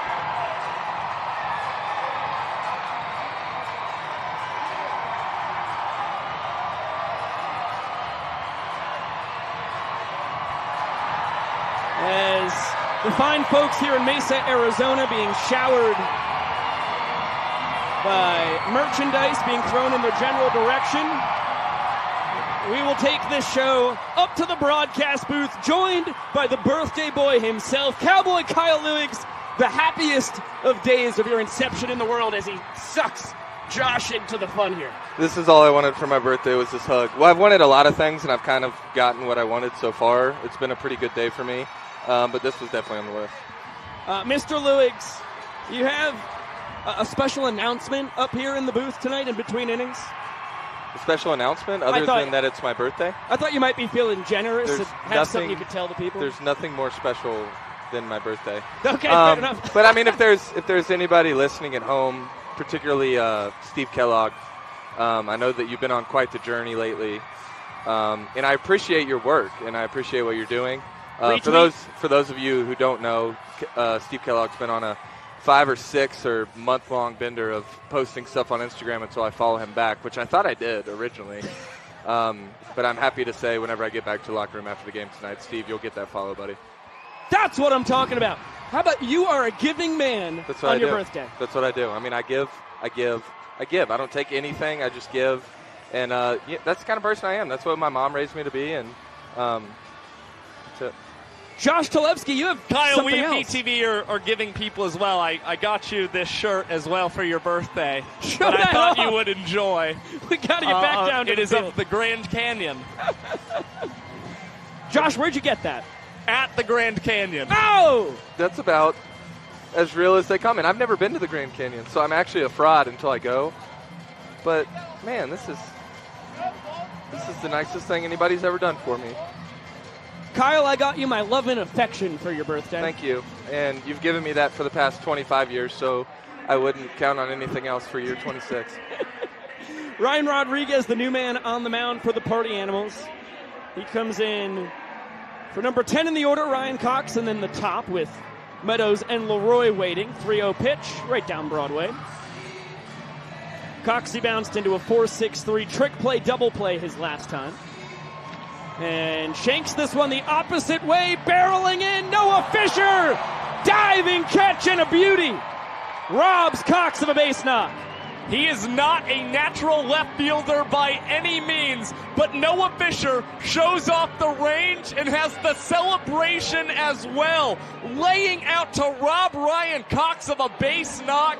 And for Noah Fisher, that feels just as good as a trick play right there. That's a tremendous diving play for a guy who has spent most of his life in the infield as the bat boy. Forgets his main job. He just wanted to go out there and flex. That was it. Naturally. Understandable. I've been there before. That was incredible. Good job by Brenna going out there and taking care of the lumber. Now to the top of the order we go. As promised, DR Meadows. A flare double his first time, stole first on Brett Helton's T-shirt gun pitch. And the boys are going to boogie. Naturally, it's 6-2-2 time for Sexy Mexi, Acuff, Baber, and Hampton behind him. And ball home behind the dish getting involved as well. This is a big TikTok trend that I would love to see you and Josh partake in. Hey, we can do that. We'll figure it out. I'll put it up. It'll be my bi-weekly, maybe once a month is more accurate, TikTok. I would absolutely. That's what I want for my birthday. Besides all the gifts that I've already gotten, that's the last one I want. That's a promise. We can film it in our hotel room tonight, Kyle. Ooh, are you guys roommates? You bet your bottom dollar. Oh my goodness. Yeah, that's so fun. You guys think we could have a sleepover tonight for my birthday? Oh, yeah. That would rock my socks. Stay up all night and tell secrets. Nice. Nice piece of hitting. Blooped the other way. Not a lot of exit velo for the doctor tonight, but he's 2 for 2 on base for the third time. 2 opposite field knocks for DR Meadows in this ball game, and a sorely needed multi-hit game has only had 1 here in the month of April. It's dropped his batting average down to an unacceptable tour high 393 coming into the night. And as we mentioned, his first trip to the dish, Bill Leroy, the tour leader in on-base percentage, comes in reaching at a 484 clip. What a 7th year in Banana Land. And I'm sure, as this is also his 7th year living with you, Cowboy Kyle, that's finally your incredible hitting skills rubbing off on the pride of Dublin, Georgia. It's got to be, and it's a lot of the hitting that I got to see in college firsthand. I know it's aluminum bat versus wood bat, but I mean, the guy can swing it, and he's at his best with 2 strikes, and it's good to see him kind of get back into that mindset and happy to go the other way. And that kind of segues me into a question I actually had for you, Josh. I'm going to put you on your toes as Bill's going to see the 0-1 pitch here. And DR off on the pitch. Very good jump. He's going to be safe at second. Tomorrow night will be the first time in God knows how long with Bill leaving to go to a good buddy of ours' wedding. I want to know if you know the last time I threw to a different catcher and who it was. It was Eric Jones Jr. in Savannah. And how long ago was that? It was in June or July. I believe Bill was at a wedding. Last year? It's a wedding again. Wow. I mean, he's a lovable guy. I thought it was so much longer than that. I've been telling everybody all day that it was 4 or 5 years. Inning-winning run on second. A little excuse me bouncer to Acuff, who takes care of Leroy. Meadows now 90 feet away with 2 outs. Now, you said, Kyle, it's a good buddy of yours, but Bill got the invite to the wedding and you didn't? So the thing is, here in Banana Land, you know, we gotta make sure that we're here for as many games as possible. And I actually did make the cut for the groomsmen. There was a very select amount that he could have. And my dearest buddy growing up is actually getting married in June. And I'm going to be one of his groomsmen. So I decided to opt out on this one, even though I would love to be there. You had to make a tough choice. Okay. I did. That explains it. I mean, I'm a loved guy, too. You know, Yes, I go to my are. fair share of weddings. I think I'll be at yours. You will. Nice. Correct. I'll be at yours one day, too, Josh.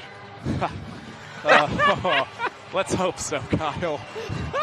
I'm rooting for you, buddy. And I'll do anything I can to help. 2-0 here on Michael Vitamin D. He walked off the 3rd inning with a bouncer back up the middle that put the Bananas up 1-0 at the time. This cutter there from Rodriguez gets his first strike. Kyle, you've been having a busy night. You're all over the Bananas Instagram story, are you not? Yeah, I'm actually getting to do what I want, whatever I want, since it's my birthday tonight. Nice. I wanted donuts, and Scooge was able to secure that for me. I really wanted to coach third. That's something I've really wanted to do, so I took the reins from Gillum, and that was actually the only inning that we've walked off so far. You've walked off 2 innings. Oh, well, Deeb, it was the first inning we walked off, and Deeb's going to do it again. How about that? This time I wasn't coaching third. I think I'm about to go get a hot dog, actually, so I probably got to run. I really want to take my shirt off later today, too. So that's probably something I'll get to do for my birthday. But I can't thank you enough, Josh, for the T-shirt. I'm going to wear this to sleep tonight whenever I spend the night with you guys in the hotel. And I thank you so much for all the love and just everything you do for me, Biko. Cowboy Kyle Luigs. There is not the correct words in the English dictionary to truly explain how much love Josh and I have for you, and everybody here in BTV has for the 7-year Banana, the pride of Richmond Hill. Get yourself a fine wiener, my friend, and enjoy the rest of your night. Thank you guys so much. I love you. Love you too. Love you, Kyle. And, of course, in honor of Kyle, it is now time for us to give away our pair of shoes for the night. Yeah.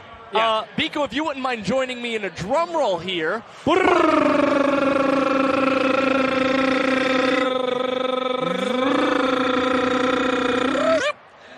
Our word tonight is HBD Kyle. How about that? That's kind of 4 words, but we like to fool around with this. There's an exclamation point. HBD standing for Happy Birthday. Good. Yeah, that had to be explained. That's yes. Good luck by you. HBD space. You do not write space. You just hit the space on your keyboard. Kyle exclamation point. Yeah. It's a celebration. One of Banana Land's biggest. Some people would say even more important than the Banana's birthday of February 25th. Perhaps. Let's get it down to the field. We'll debate that at another time. We've got a peanut butter and jelly race. Jesse just explained it to everybody. I would be remiss if we missed it. It's pretty simple. The guys are going to lather themselves up with peanut butter and jelly on their bare tummies and chests, and they have to race around the bases. Here comes a big belly bop between the teammates, and then the losers will have to lick the aforementioned peanut butter and jelly off the winning team's chests. And here comes the big moment. There you go. Here comes the bread. There's the schmear. And that's excellent, contestants. Fine losers.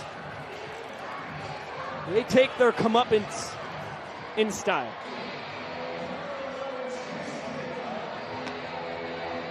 We've got 3 innings left on the docket here tonight. About 35 and a half minutes remaining on our 2-hour timer. And the Bananas lead 3-1 here in Sloan Park. Second largest crowd in Banana Ball history on hand. Over 15,000 fans have joined us in the spring training home of the Chicago Cubs. Ethan Scougé out for his 3rd inning of work. He has 5, 6, and 7. Acuff, Thomas, and Fisher due to swing it as that one's poked foul. Chance for the fans. They do not catch it.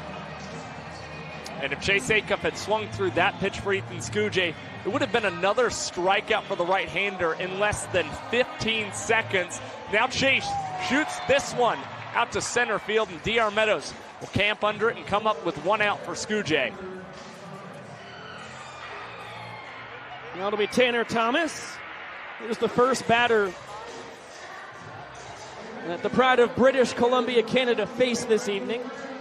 Scougé was able to gas him up on a fastball below the knees. Got the full capacity crowd. Free donuts courtesy of Duncan. And this one lined into center field. Tanner Chicken Tender Thomas gets his revenge. He passes the baton to Fish, who is bounced and popped into trick plays. 1 to second, 1 to short. Take a look at his numbers there here in his Banana Ball rookie campaign. He came out gangbusters. Probably had the best offensive performance in the opening series of Tampa, which the Party Animals swept the 3-game set in. And the Bananas have been able to figure him out a little bit since then. The slider you saw Fisher take down and out has been a key to the Bananas. Yeah, he sure knows how to hunt a heater for these Party Animals, but it's been the breaking ball that pitchers have used to expose him as he swings through this one, and now the count runs full. We'll see if Scougé goes to the bender once again, and instead it's Fisher having to battle off the heat. This one going towards the crowd, but they will unfortunately not be able to come up with that snag which would have been a second in this ball game tonight for the fans. Able to get a piece of that one. Cutter right around the outside corner, too close to take. Gnarly pitch from Scooge as he checks on Thomas over at first. Is past the dive of Howell and into left field. Extra bases for Fish as Thomas gets the wave around third. It's going to be a stake and a two-bagger. And the Party Animals score their second run of the ball game. They have a chance to notch their second point because of it. Scooge was wary of the ball four sprint possibly being issued to Noah Fisher there. So he went 3-2 heater into Noah Fisher, and he pulled that one fair down the third base line and comes away with a big RBI double. And for Scooge, honestly, might have been better to try and pitch out of that jam, having not given up a run. Well, you see why Fisher was the Horizon League Player of the Year last year. He led the league in slugging percentage at 732, OBP at 516. Everybody at home who can do the math, you betcha, if he led in both those categories, that means his 1248 OPS also paced all hitters. Oh yeah, and he also led the league in runs scored, runs batted in, home runs, hit by pitches, and walks. Really led the Horizon League in more offensive categories than not. First time tonight. And that gets Gabe to double digits in trick plays. Now 10 for the Bananas third baseman. The world's tallest pitcher. Please welcome Dakota Stilts, All-Britain. Jesse Cole announces that the tallest man in all of sports is taking over to try and staunch the bleeding here in the top of the seventh. Get a look at the numbers here on tour number 4 for the pride of Ellaville, Georgia. He's been stupendous. Still has not allowed a hit in 3 innings worked. It's ridiculous. He's faced 12 batters this season. 10 of them have come up empty. 2 of them have drawn a sprint against Stilts. And tonight, possibly gunning for that first strikeout of the season against Bronson Ballholm, who has never faced him in his banana ball career. I continue to be a doubter that it will happen. Fans come up empty on the foul ball from the former Arizona State Sun Devil. A great piece of 2-out, 2-strike hitting his last time. Lined an RBI single up the middle off Scooge. Only run the Animals. Check that. They've scored a run this inning. One of 2 runs the Animals have scored across 2 and stop just a bit outside. Terrible bounce for Leroy. And hustling in to score from second is Noah Fisher. Just a horrendous ricochet for the Bananas as the Animals double their runs. They've got 2 now here in the top of the 7th. Just a wacky series of events, and not something that Bill Leroy or the Bananas could have anticipated as all. Nonetheless, good heads-up play by Gabe Howell, leaving the third base position to try and cover home just in case they would have had a chance at nabbing Noah Fisher. Full count on Bronson Ballholm. Still All-Britain does get his first strikeout of the year.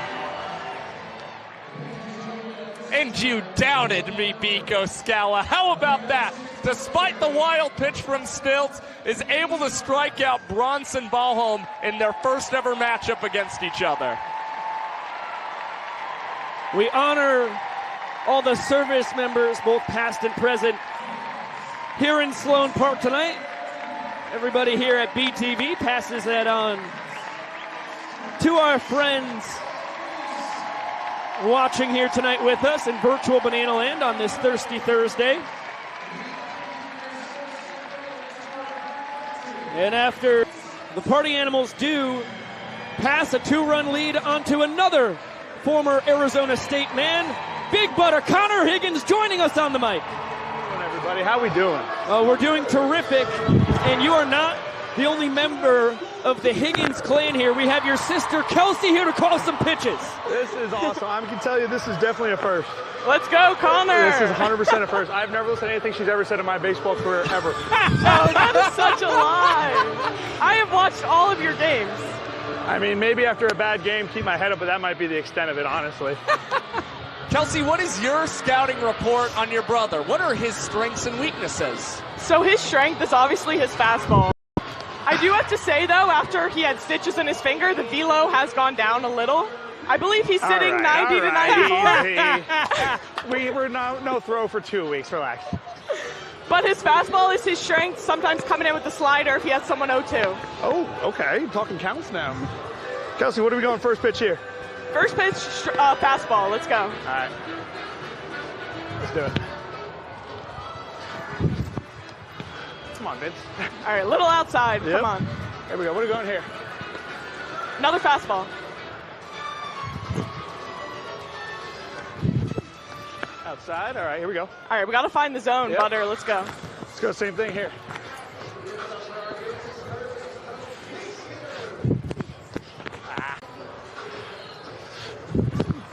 All right, I will take it. Oh, no, it burned him. It burned him. Skull was in sprint defense, and that's all the way to the wall. And EJ is going to have himself a stand-up triple. It's all right. All right, let's keep him there. Let's keep him there. That's what we call getting banana ball. Absolutely, it happens. We just got to keep him stranded. Hey, we got the strike under the belt now. Yep. Let's keep him there. Let's strand him. Right over the plate. What are we doing here, Kels? Another fastball. Let's go. Right.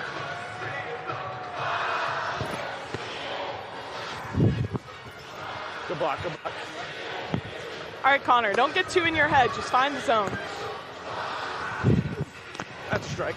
All right, there we go. Just do that again. Let's go. That's a great plan. All right, let's do it. Yeah. All right, let's go. What are we doing here? All right, if you want, you could do the slider and make them chase. If not, the fastball is working. All right, you pick, you tell me. Go slider. All right, let's do it. Oh! Wow! Wow! I thought that got a lot of plate. All right, the count's even. You got to go fastball.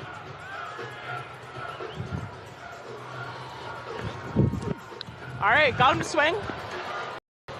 It's pay no clock now, Butter. I thought that slider had it. That was a strike, though, so I think we go fastball again.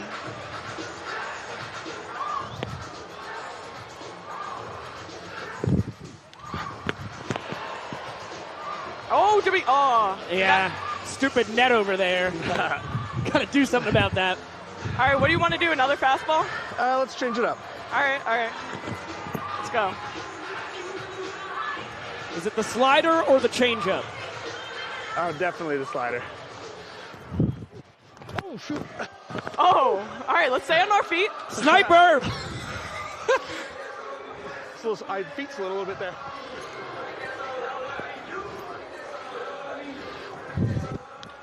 All right, let's go. One out. Connor, that was a heck of a battle, man. Oh, thank you. Let's keep him stranded Here's on my third. good friend Dan Oberst. Let's go fastball. All right, let's do it.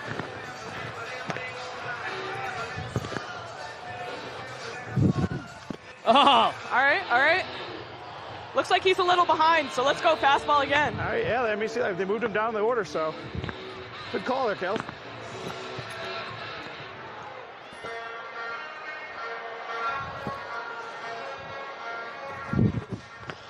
Yeah, I like these pitches, man. That looks good, Connor, just a little outside. Oh, come on. I babied that one a little bit. All right, here we go.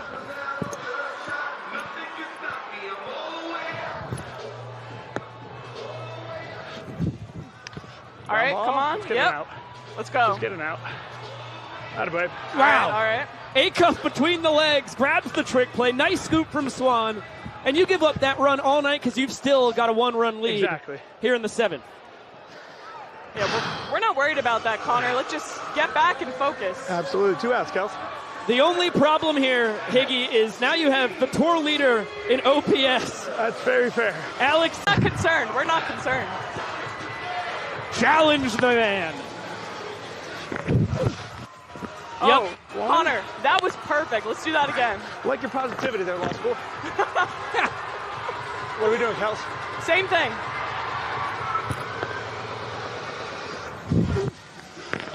Ooh. We just got to work on commanding that zone a little. Hey, it's a little different out here mic'd up, all right?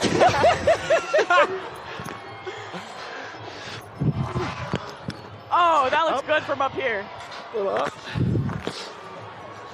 Should we try to get him to chase with the slider? No? All right. You call the shots. Let's go. Fastball here. Power versus power.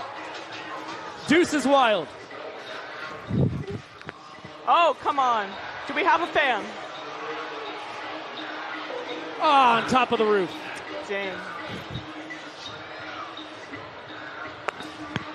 All right, don't lose that focus. Let's go. What she said. He's trying to spin the bat to distract you. Let's go.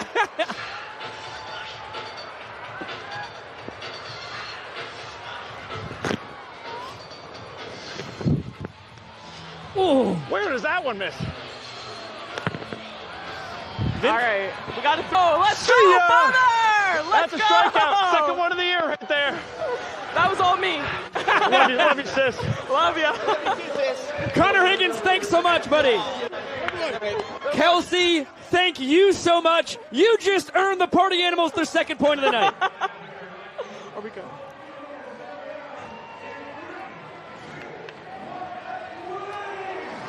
Tremendous job by Kelsey and Connor Higgins. All love between the siblings. As the Animals are back within a point, it is 3-2. Bananas ahead going to the 8th. Park.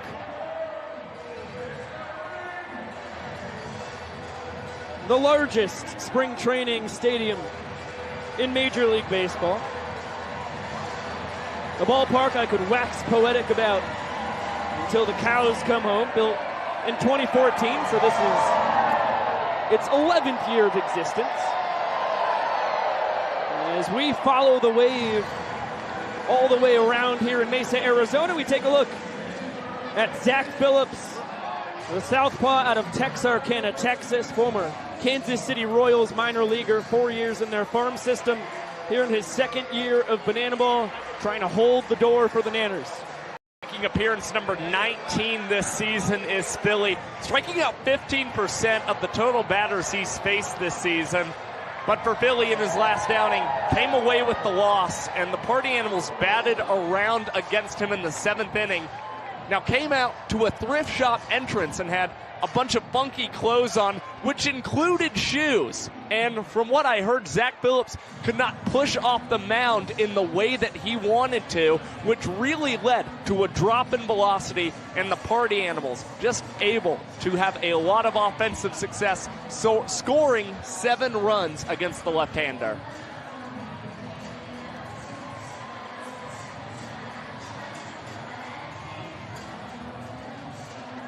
Yeah, then he for the 8th inning, and thanks to a double play, only faced 3 batters, got out of the frame unscathed.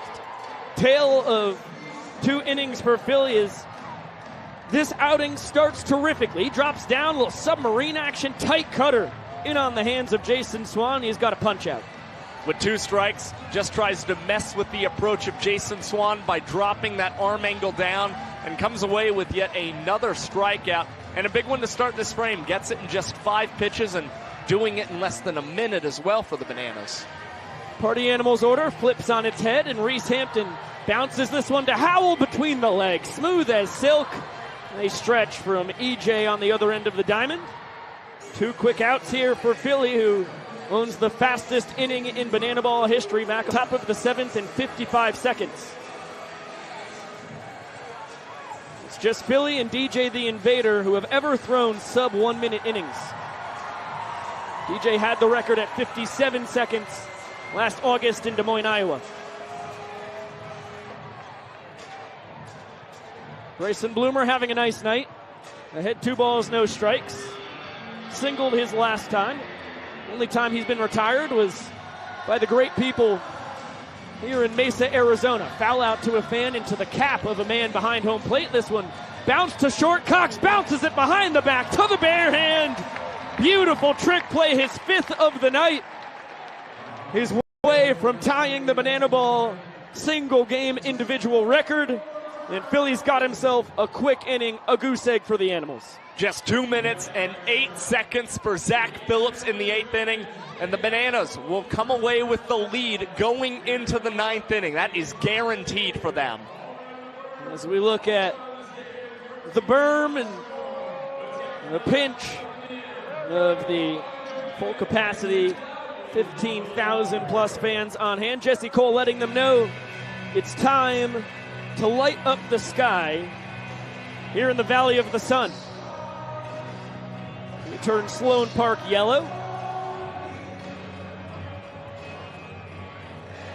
You get a beautiful look at the 317th straight sold out Bananas or Party Animals crowd.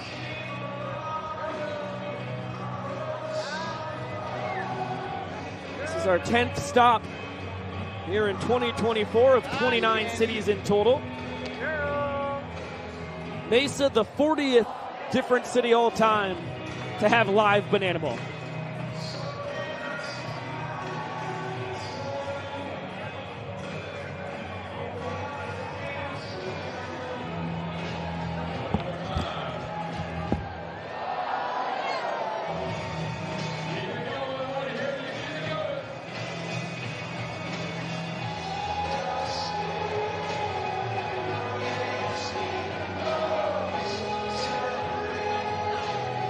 Jesse Cole, the 2nd largest crowd in the 143 game history of Banana Ball. Gotta make you feel awful special.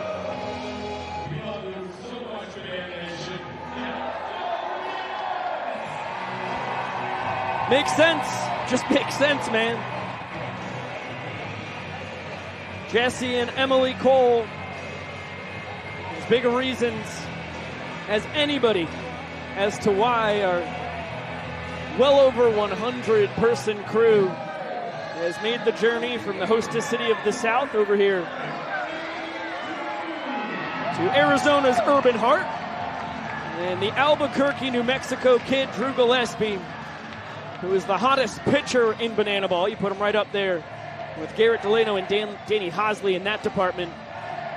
Gillespie is just running on all cylinders right now here in his 2nd year of Banana Ball. He's taking the mound for the 17th time this season for the Party Animals. He's got 2 3-inning saves this month for the Animals as well, and hasn't allowed an earned run to the Bananas in that span. He's striking out 21% of the total batters he's faced, and he has a 2.45 ERA plus. He has been over 2 times better than the tour average pitcher. Couple beautiful changeups back-to-back there to rack as Robert Anthony Cruz fouls that one out of Sloan Park.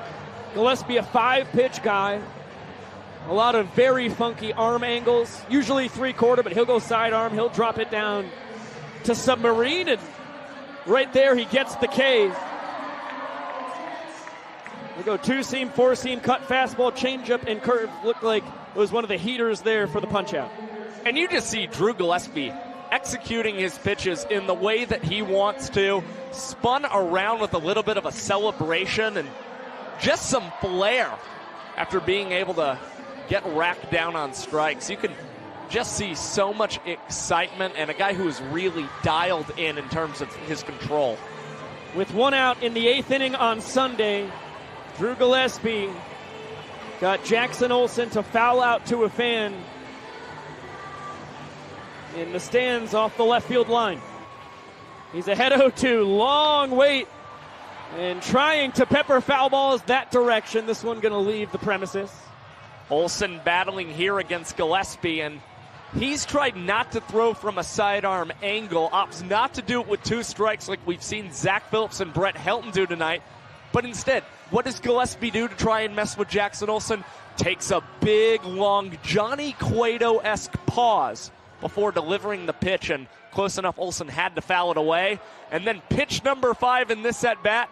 Olsen comes up empty. It is back-to-back strikeouts for Drew Gillespie to start this 8th. Now that was a near replica of Gillespie and Olsen's battle last Saturday night in the 8th inning. It is that elevated gas, and Gillespie sits 90 to 93 with the heater. In that very same inning, he did the very same thing to Ryan Cox. It's that two-seamer up and away, bearing away from the bats of these two lefties at the bottom of the Nanners' orders. That one shanked foul. 1-1 count on the Banana shortstop. And as fun as it is to see Drew Gillespie striking out batters at this point and keeping the game close, the Party Animals obviously wanting to keep this a 1-point ball game. 17 trick plays in this game between the Bananas and Party Animals. And it feels like some of these defenders want to try and tie the single game record yet again. This one chopped up the middle. It'll be an infield single for Ryan Cox. And just one of those plays that for Chase Acuff there wouldn't have had any real shot at turning a trick play and trying to get an out at the same time.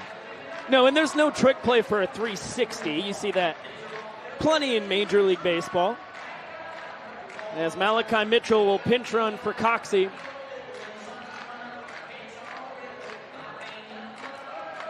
Third time on the bases tonight for the Bananas designated runner. I don't want it to be glossed over that Bronson Ballholm did an excellent job backing up that wild throw from Acuff.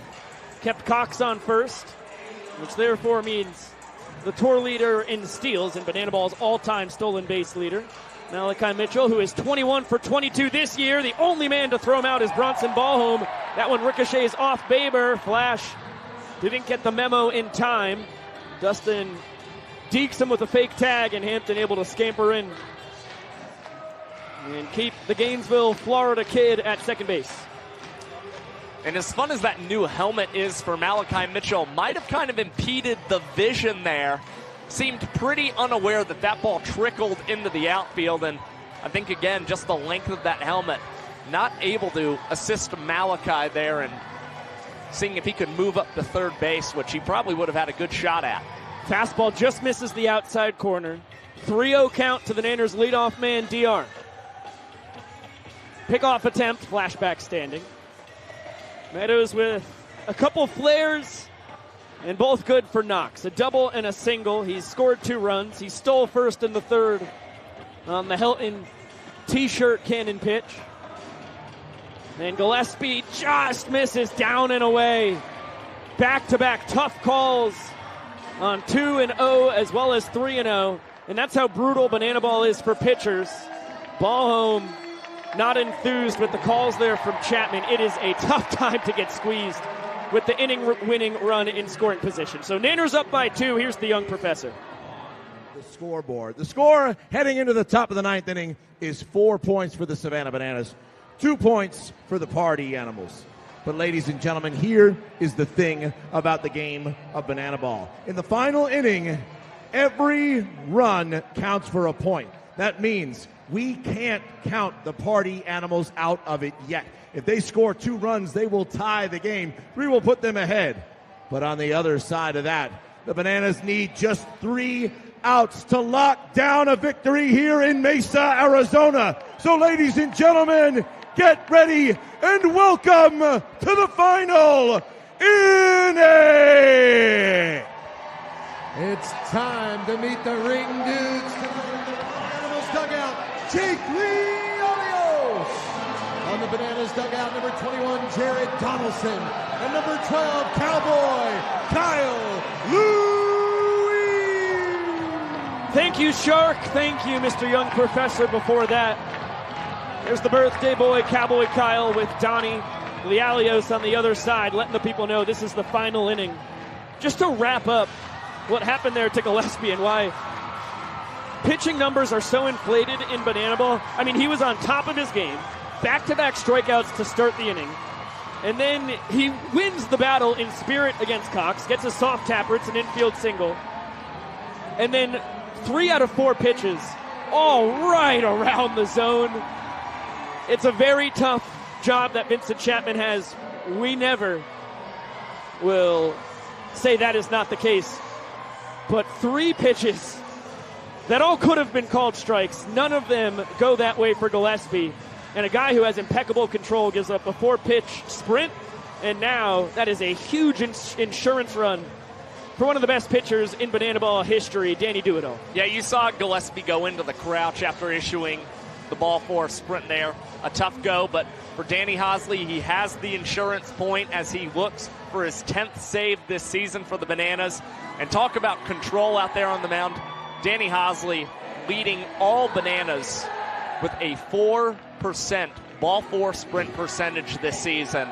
I mean, this guy just has absolute and utter command of the zone at all times. That is slim, Josh. Mucho. 1-2 count here on Jake Skoll. 3, 4, and 5. So beefy part of the order for the bad boys of Banana Land. Jake Skoll, Dalton Cornett, and Chase Acuff all due to swing it, as that one just misses the outside part of the zone. Skoll's been struck out looking on 2 pitches that I thought easily could have been called balls tonight. He barrels that one out to left, but just barely in on the hands. And Alexiadis there for out number 1. You heard an audible gasp from the crowd when Jake Skoll made contact with that ball, and it looked like it was going to travel a healthy amount. All of a sudden just hangs up in the air, and Reese Alexiadis just glides over and comes up with the first out. No trick play for Reese, so we're still looking at 17 trick plays tonight between the Bananas and Party Animals.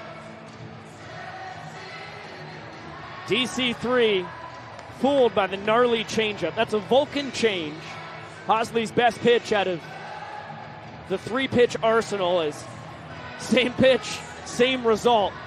Very uncomfortable swing for Dalton Cornett, who's one of the best hitters we've ever seen in this sport.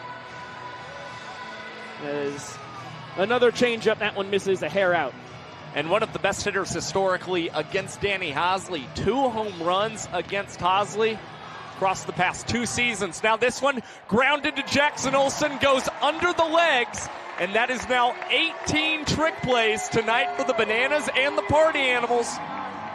If one is hit on the ground, we could very well see the final out tie the single game record for the 2nd time in the past 3 games. Couple nice looks there on number 4 on the night for the man out of the University, Hartford University rather, as well as Stetson University.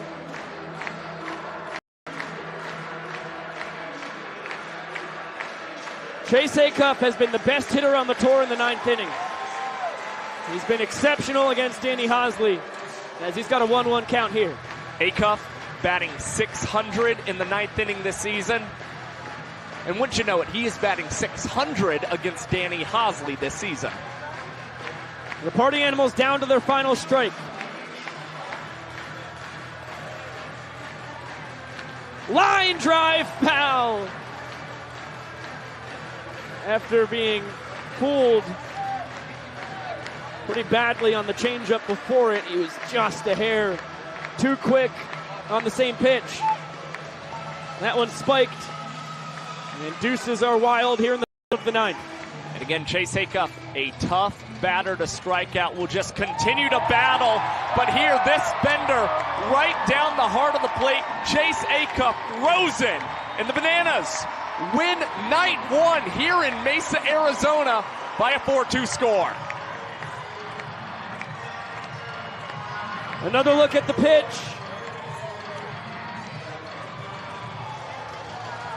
Yeah, too close to take. I think that was strike 3 right there. Fooled Acuff. Clearly below the letters, because as you saw, that last camera shot was letters up and you never saw the banana ball. Understandable that the Party Animals are unhappy with the zone as a whole tonight. But that's the situation. Acuff, the 2018 hardest man to strike out in all of Division II baseball, will tell you when he looks back at it, far too close to take. The Bananas now 17-13 on the year. They once again have a 4-game advantage over the Party Animals. This ties the biggest lead in the season series they've had here in 2024. And it's footloose time for Bill Leroy and his boys. The Banners now 3-1 here in the Silicon Desert, and look to win the great state of Arizona tomorrow night. Once again, tomorrow night, first pitch. Let's get it down to Bill. Entertainers Alex Ziegler, Malachi Flash the Kid Mitchell, Mazio, and infielder Dalton Malden. Coming down now, our starting pitcher, Noah Niznik. And behind the plate, myself, LaRoy. And now for the pitching staff. His birthday is today. Cowboy Kyle Luigs, Ethan Scooge, DJ the Invader, Christian Dearman, Ryan Kellogg, Jared Donaldson, Austin Krasminski, Zach Phil. And now for the boys that do it all, our utility players, Eric Jones and Danny Hosley. And for the boys in the infield, Sin Olsen, Ryan Cox, Gabe Howell, Brandon Crosby, Danny Oberst, and Rack Robert Anthony Cruz. For the boys in the outfield, the Doc, Dion Meadows, Noah Bridges, Reese Alexiadis, and Michael D. And our coaches, Adam Byron, Ray Ortega, and Tyler Gillum. Last but not least, the tallest man in sports, Dakota Stilts, all 10.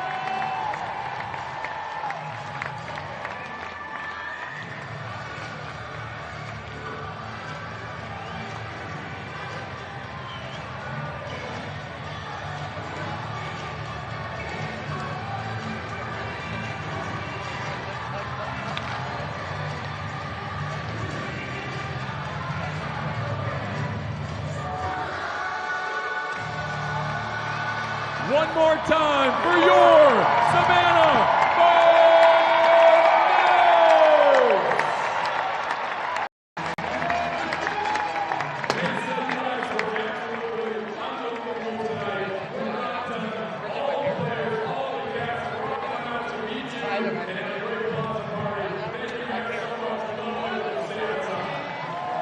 A tremendous first ever Banana Ball game here in Sloan Park in Mesa, Arizona. Welcome up into the broadcast booth with Josh Talevsky. I'm Biko Scala. Thank you so much for spending your Thirsty Thursday here in virtual Banana Land with us. A 4-2 victory for the Bananas, who were relentless. They took a 2-0 lead and never looked back.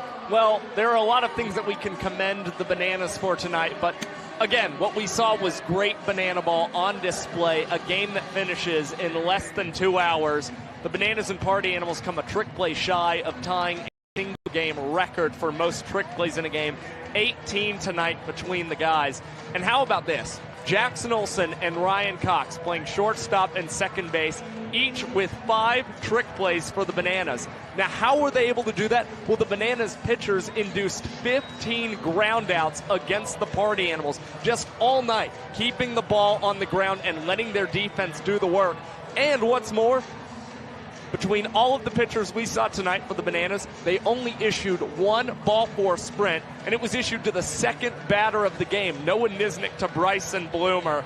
And for Michael Deeb, leading the way offensively, 2 walk-offs tonight for the team. Deeb has 4 multi-walk-off games in the month of April. It is absurd what he really seems to have helped him focus on being the best batter that he possibly can be for the Bananas. Yeah, the former Notre Dame linebacker, Chicago White Sox minor leaguer, the 2018 MVP of the Empire Professional Baseball League, showing why in his 4th year of Banana Ball, that he and Jake Skoll are the only two guys as pure banana ball players. There's still Stilts and there's still Malachi Mitchell from the One City World Tour, but Deeb and Skoll are being penciled in every night in the top 4 of their respective orders because they are both consummate pros. And Deeb now up to 16 walk-offs on the tour. That is 6 more than Dan Oberst, who has the second most on this season. Now to touch on the trick play in mode right now, the trick play record in a single game was tied just 5 nights ago this past Saturday in Albuquerque, New Mexico. There were 19, and then the boys on both sides fall 1 short tonight. Just a stupendous first ever banana ball game here in Sloan Park. Look, again, this game was played in under 2 hours, so the boys obviously playing at a furious pace all night. But what's fascinating is that the game is not speeding up on these guys offensively or defensively. Very few errors and trick plays missed in tonight's contest. And you touched on Michael Deeb and Jake Skoll, guys who have been here since 2021 in terms of playing Banana Ball World Tours. They never seem to have the ball routine and just continue to succeed offensively. Of course, Deeb leading the way in walk-ups this season. And Jake Skoll, 34 consecutive games reaching base safely. Really impressive stuff. I don't know if you can see it on the camera. Our young sport is so beautiful, it has brought a tear to my eye. Not the first time that has happened to me tonight. You know what will also make me emotional? Giving away a free pair of shoes from our friends over at Zappos. Drum roll, please. Yeah, good endurance on you on that drum roll. Charles Whipple, excellent name and excellent work tonight. The odds are in your favor. You get yourself a free pair of shoes from our dear pals over at Zappos. And before we shut this thing down, gotta shout out the cast and crew that makes it possible, putting on another tremendous broadcast here on YouTube. On the first base cam, you know where you love her, the Iron Horse of BTV, Emerson Elmgren. Across the diamond on third base, boy, is it great to be back in Arizona, in Phoenix, to be more specific, because we've got the Baker Bros again. Caleb on third base on the high home, his brother in arms and also in blood, Jeremy Baker. Those two guys are rock stars. When it comes to the low home, that's where we had Lex Fowler tonight, a Swiss Army knife of Bananas Television. On the center field cam, Jeff Haynes, thanks for making the journey from Columbus, Georgia, out here to Phoenix. On the utility, it is Nick Keldy making so many things run behind the scenes. You couldn't even believe it. And Mike, a whole bunch of guys down there on the field as well. Cowboy Kel Diggity, we love you. You're incredible. On the wireless cam, Clayton Franklin, superb work all over the field, especially early on tonight with our Party Animals correspondent Drake Toll in the berm. That was back-to-back doozies from Clay Pimp. When it comes to the folks 3 hours in the future, who we should really speed up this post-game show for because it is past midnight in Savannah, our director, Chad Reese. That's what I'm talking about. Reese's Pieces in there, calling all the right shots. Tremendous work. Also, one of the coordinating producers of Bananas Television. That is a straw that stirs the drink. By the way, not on here, but our coordinating producer right here to bring things back into Sloan Park, that would be Kylie Sadamka, and she is one of the best in the biz. There's no play. Keegan Woods, that guy is stupendous, giving you all the shots you need to see once, twice, thrice, 4 times, 5 times. 6 times even, possibly. Keegan will do that for you if necessary. On the audio, Katie Duke holding down the ones and the twos. True, stupendous job, Katie. On the scorebug, one name, you know him, and gosh darn it if you don't love him, it is Kwanzi. On the statistics, being updated on the graphics, that would be Mikey O'Connor. On the graphics that the statistics were being updated on, Julia Massey. Biko, you were so close. Julia, I can't tell you how much I apologize from the bottom of my heart for calling you Julie for a second. I mean, this is only Julia's about 78th banana. And Scott Thompson, shout out our video legend on YouTube, Zach Bro. That is Zacharias to you if you are in the great state of Louisiana. And our video legend, I just call them both video legends. Yeah, Zach Bro should be a YouTube king. Make Chris Sacchi, the Italian rapscallion, your video legend. Thank you so much for the guys getting mic'd up tonight. That would be Michael Vitamin Deeb, Brett Helton, and Connor Higgins. And thank you to Connor's sister Kelsey for coming up and earning the Party Animals their second point tonight. Excellent job calling pitches, Kelsey. Thank you so much to the executive producers of Bananas Television, Carrie, Jesse, and Emily Cole, as well as Jared Orton and Josh Talevsky. I would be remiss if I did not compliment you on an unbelievable call as the color coordinator statistical savant of our young sport. Biko, this was a fun one tonight in Mesa, and I'll tell you what, it would not have been possible if those geese had not attacked you, so I am very thankful for that. Correct. Yeah, once again, the wild geese, do not mess with them. The farm geese, you might be able to get a little frisky with those rascals. But I am not liable for any geese attacks on a farm if that should happen to you. I'm just saying the ones in Glenary were all bark, no bite. We will be back here, same place, same time tomorrow. Thank you all so much for joining us. Once again, the Bananas win this one 4-2. Tomorrow night, first pitch, 7 p.m. Mountain Standard Time, which is just Pacific time. They don't do daylight savings time in Arizona. That's a topic for another night. We will see you there. And of course, we'll see you later!